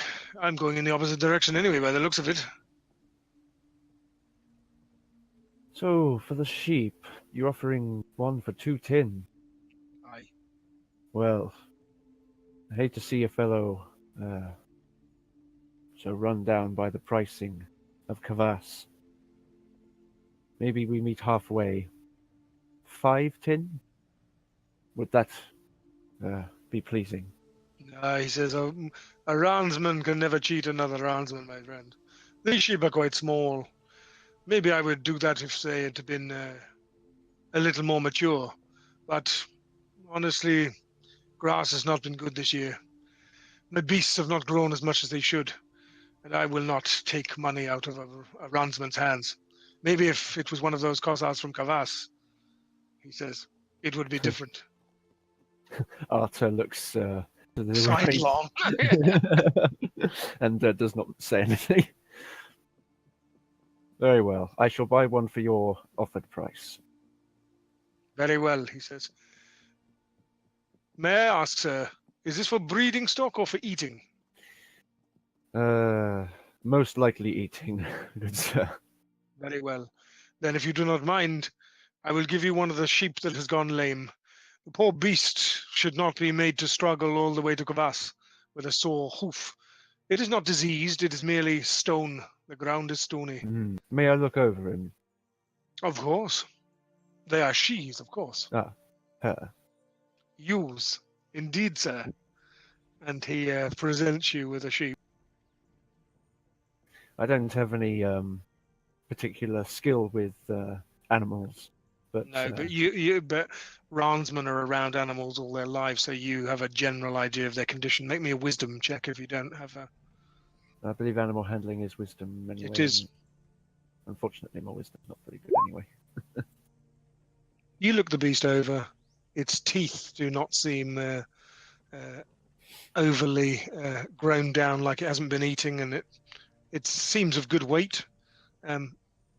Only one of its limbs appears to be it has a slight joint problem with its front leg, so this appears to be the only thing.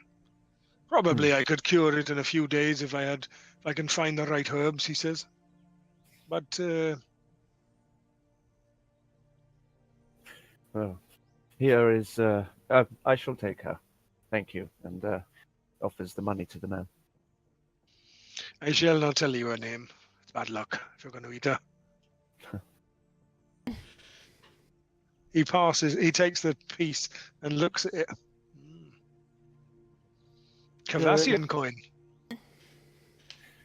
I did a trade with Kavassian recently. Come from up there, have you? Around there. How's the journey? It was reasonable, just long. I've heard some do you bad. Oh, sorry. I've heard some bad stories of things happening at the head of the river this year. Well, needless to say, we have been careful as well. Listen, do you have any tips on how to get a sheep to fall asleep so that she won't wake my companions? He laughs. I'm afraid not. He says, a sheep will stand there as stupid as you like, munching all night and shitting all over your tent. I'm afraid this is the life of a shepherd. They are the stupidest animals you ever met, even though I do love them dearly. I'm afraid if you're going to eat this poor beast, the best thing to do is to kill her and have done with it. Yes, maybe it would be best. One of my companions may form an attachment to it and leave it alive. Well, we all form attachments to the poor things. That's why I Yes. became a drover.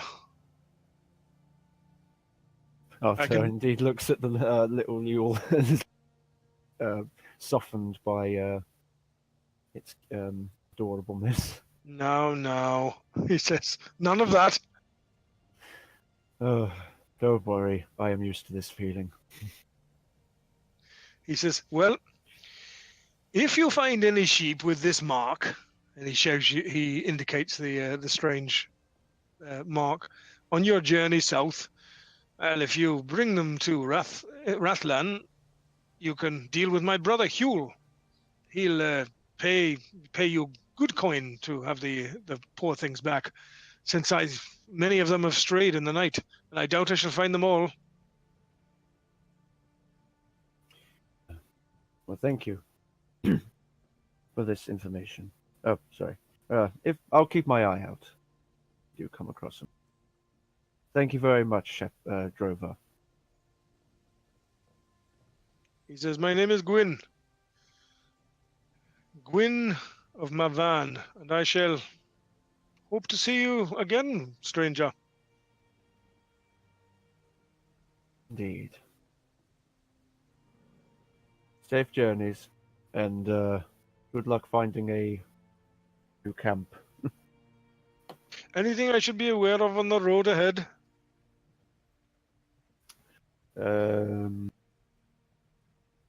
As long as you don't go too far. Ah, yes.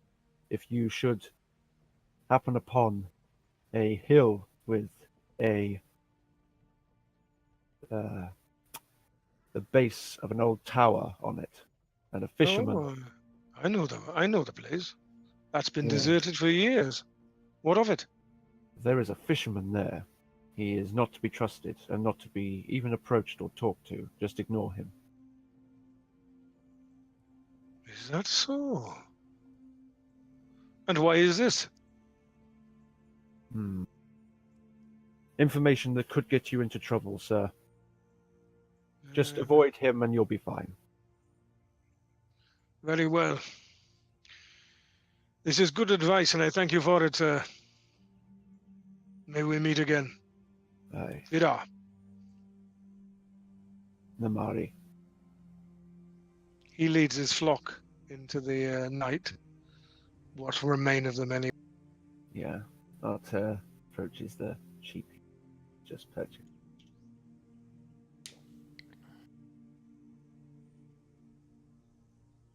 Arthur leads the sheep a little bit away from the camp so that its noise is not right next to the sleeping companions. He's still in line of sight, so that you can still see the camp. Aye.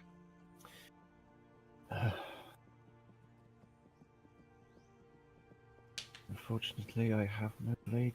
This is spear.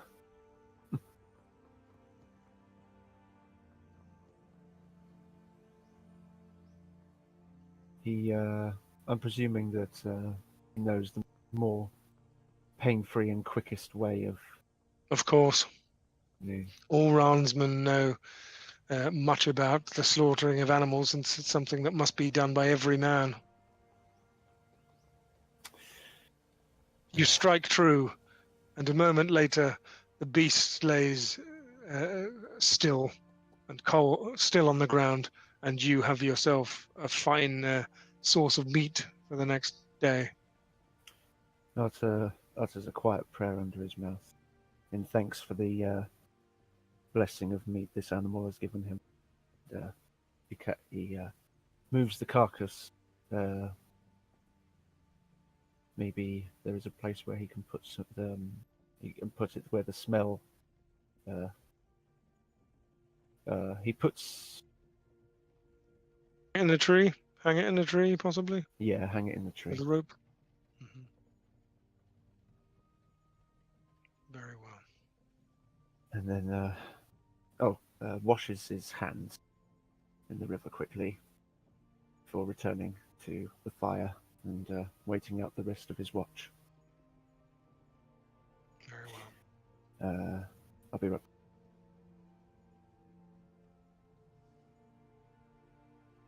Let us take a short break. Okay. When you want to return? 5 minutes? All right, sounds good.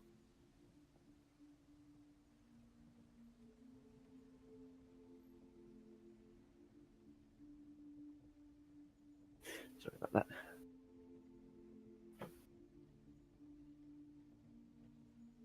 Hello? Hello? Oh, you're on a break.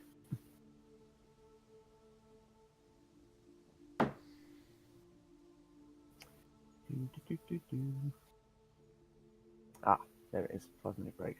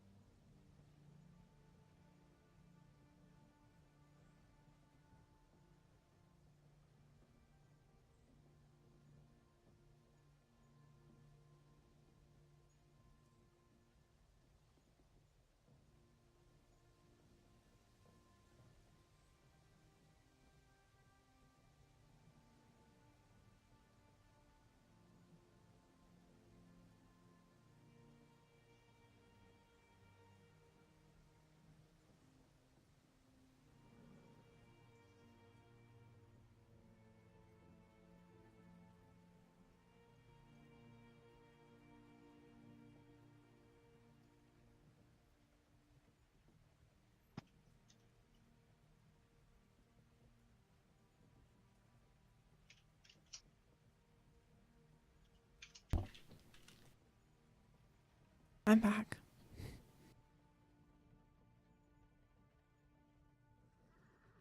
Anybody else here yet? I am. Welcome back, Stephen. Welcome back. I think we're still missing everybody else. Aye.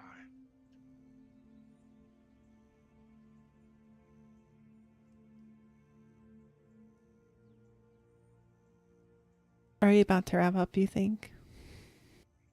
Yeah, actually, I didn't realize how long we'd gone. Yay. That's a good thing, though. It is.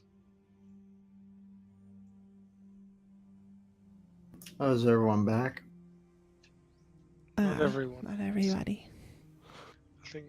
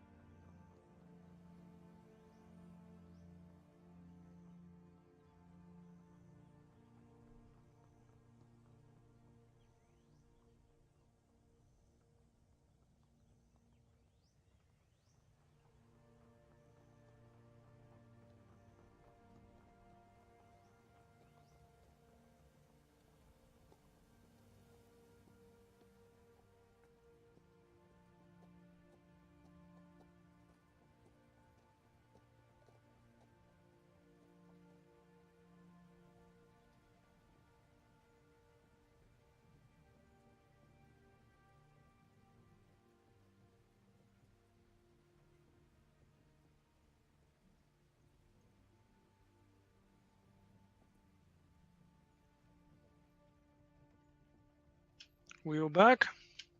Aye, aye. Hi. Is Mima here? Yep. Woohoo. Actually, I've just realised we've almost gone 4 hours. So. Yeah. Yeah, I was gonna say, I was like, oh well, we can quickly finish up, can't we? There we go.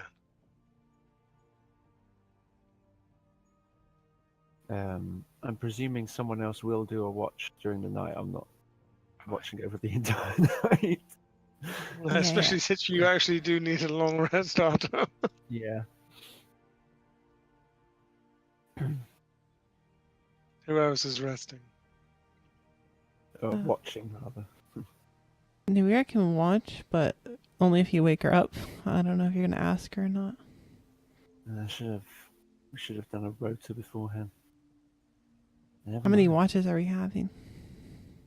Well, typically, in a 4-person team, well, all 4 will have a watch.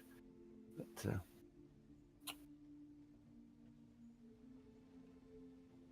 Then yeah, New Year will have a watch, assuming someone wakes her. yeah.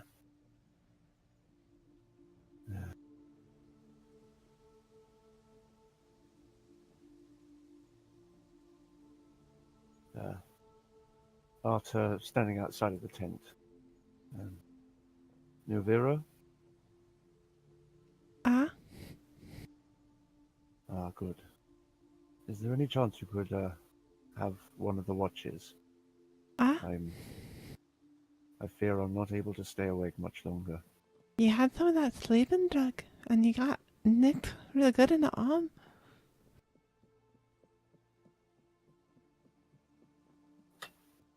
Regardless, I still need some sleep. Ah, that's what I mean. You need some rest. Aye. Oh. Just so you're not afraid of it, that sheep over there, I put that there. We haven't got something haunting us. She peeks her head out, and you see kind of a bright smile on her face. Ah, are they gonna have some mutton? I love mutton. I thought a hearty breakfast would do us well. Mutton's my favorite. Did you know that, Otter? Well, I know it now. I thank you. I shall sleep by the fire. When Nivera kind of comes out, you notice that she looks rather well rested compared to how you normally see her, and the bags under her eyes that normally exist are kind of gone.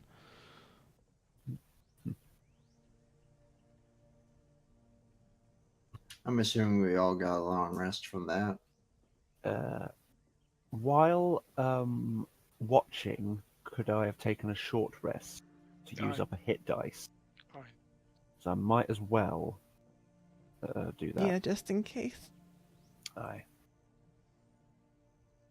Yay!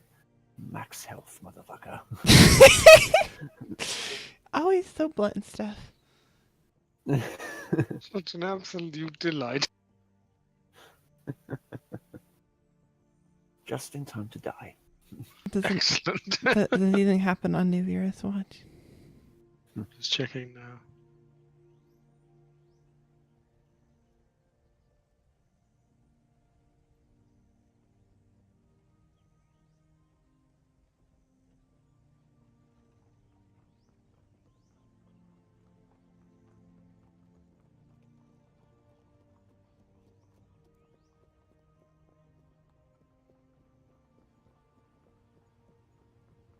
Navira, Art has settled down to sleep for about 2 hours, and you're just about to wake the next person when you hear padding on the opposite side of the bank.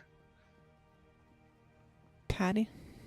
Yeah, like a dog or something else running. Oh. Certainly not an ungulate, because like a sheep or a cow, because those make a very different sound. This is something soft. She holds out her lantern and sort of steps near. Oh, she comes You see on the other side of the river a wolf looking at you. Its sharp, its eyes glittering in the darkness. It actually seems very intrigued, rather than frightened or aggressive. You see its muzzle is all coated with what looks like darkness, as if it's already hunted and found a kill. It licks its lips. She puts her lamp on the ground at her feet, and then she holds out her quarterstaff like a spear. She's waiting to yell at it because it seems more passive, but she's ready to yell. And she's also keeping a lookout to see if there's any other wolves. What's your knowledge nature? I think it's a 1. Yeah, it's a 1. It is trained. Cool. You want to make a check? Yep. This is a type of wolf. In Erngard is solitary. It's not a pack animal at all. In fact, it's the mothers can barely stand their own children actually, which causes them to their numbers to drop quite badly in really bad years. So it's not a very sensible. It's not a pack hunter, but it tends to be more powerful individually. It looks at you intently and then pads across the stream. As it does so, she would pick up a rock and throw it at it.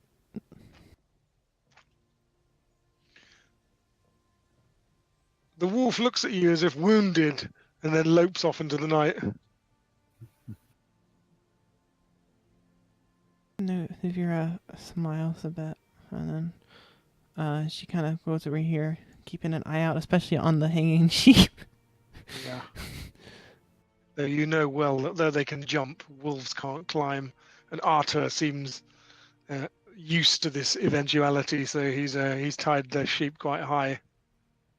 Yeah, she's still keeping an eye out, though, just in case. The rest of your watch passes peacefully. And she'll go and wake up, I guess, Yelena next. Milady, What? is he tend to keep watch? Alright. She's just gonna get up and sort of She- wipe the sleep from her eyes. She sort of hands you her quarterstaff and she says, "Be careful, I saw a wolf out there." Sure. And she's just gonna sleepily make her way out, just patting Nuvira's head on the way out. Nuvira actually smiles at this, and she doesn't talk back like she normally does, and then she goes and lays down.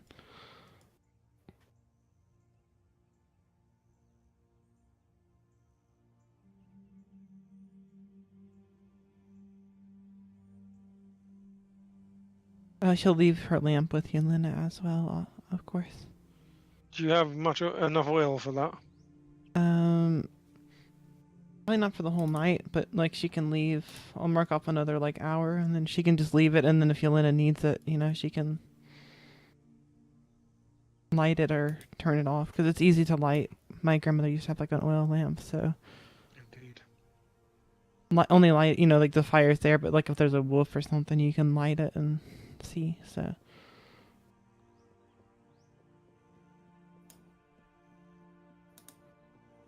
Nuvira has been asleep for about an hour when you hear a splashing sound coming down the shallows of the river.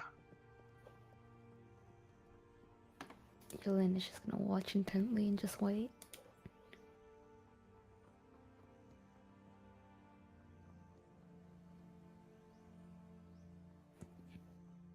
Two wild horses come to the ford and begin drinking. They look around nervously.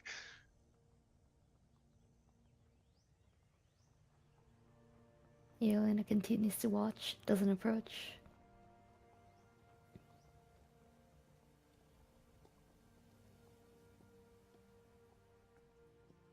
One of the horses' form swims and it transforms into something vaguely man-like. It jumps on the back of and it rides off into the night.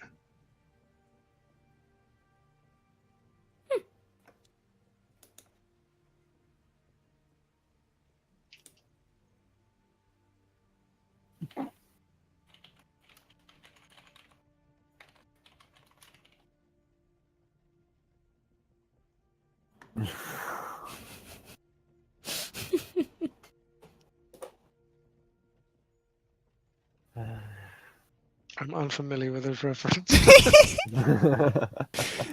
Don't worry, I don't watch the show either. I just know what it is. There's no need to go any further. Yes. Very well. For the last watch, dawn paints the horizon with a pale color before the sun rises to Rosamir, who is the last on watch, I believe.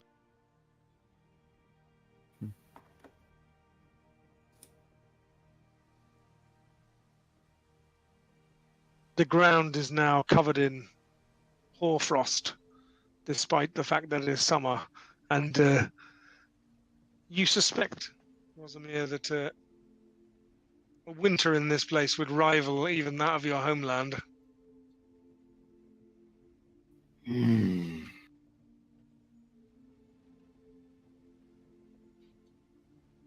You see a stag on the opposite bank, quite a large beast. In your homeland, it would be very wary, but here it doesn't seem to be. It goes to the water to drink, but you notice it keeps an eye on you at all times.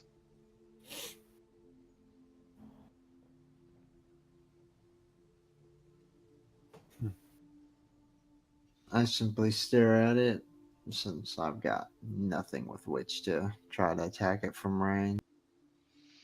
The stag, whose horns are way above, about 2 feet above your head, if you stood next to it, you'd judge, is a magnificent beast with rippling muscles underneath its beautiful coat. It stares at you almost challengingly, bellows, and then turns and runs off into the wilderness.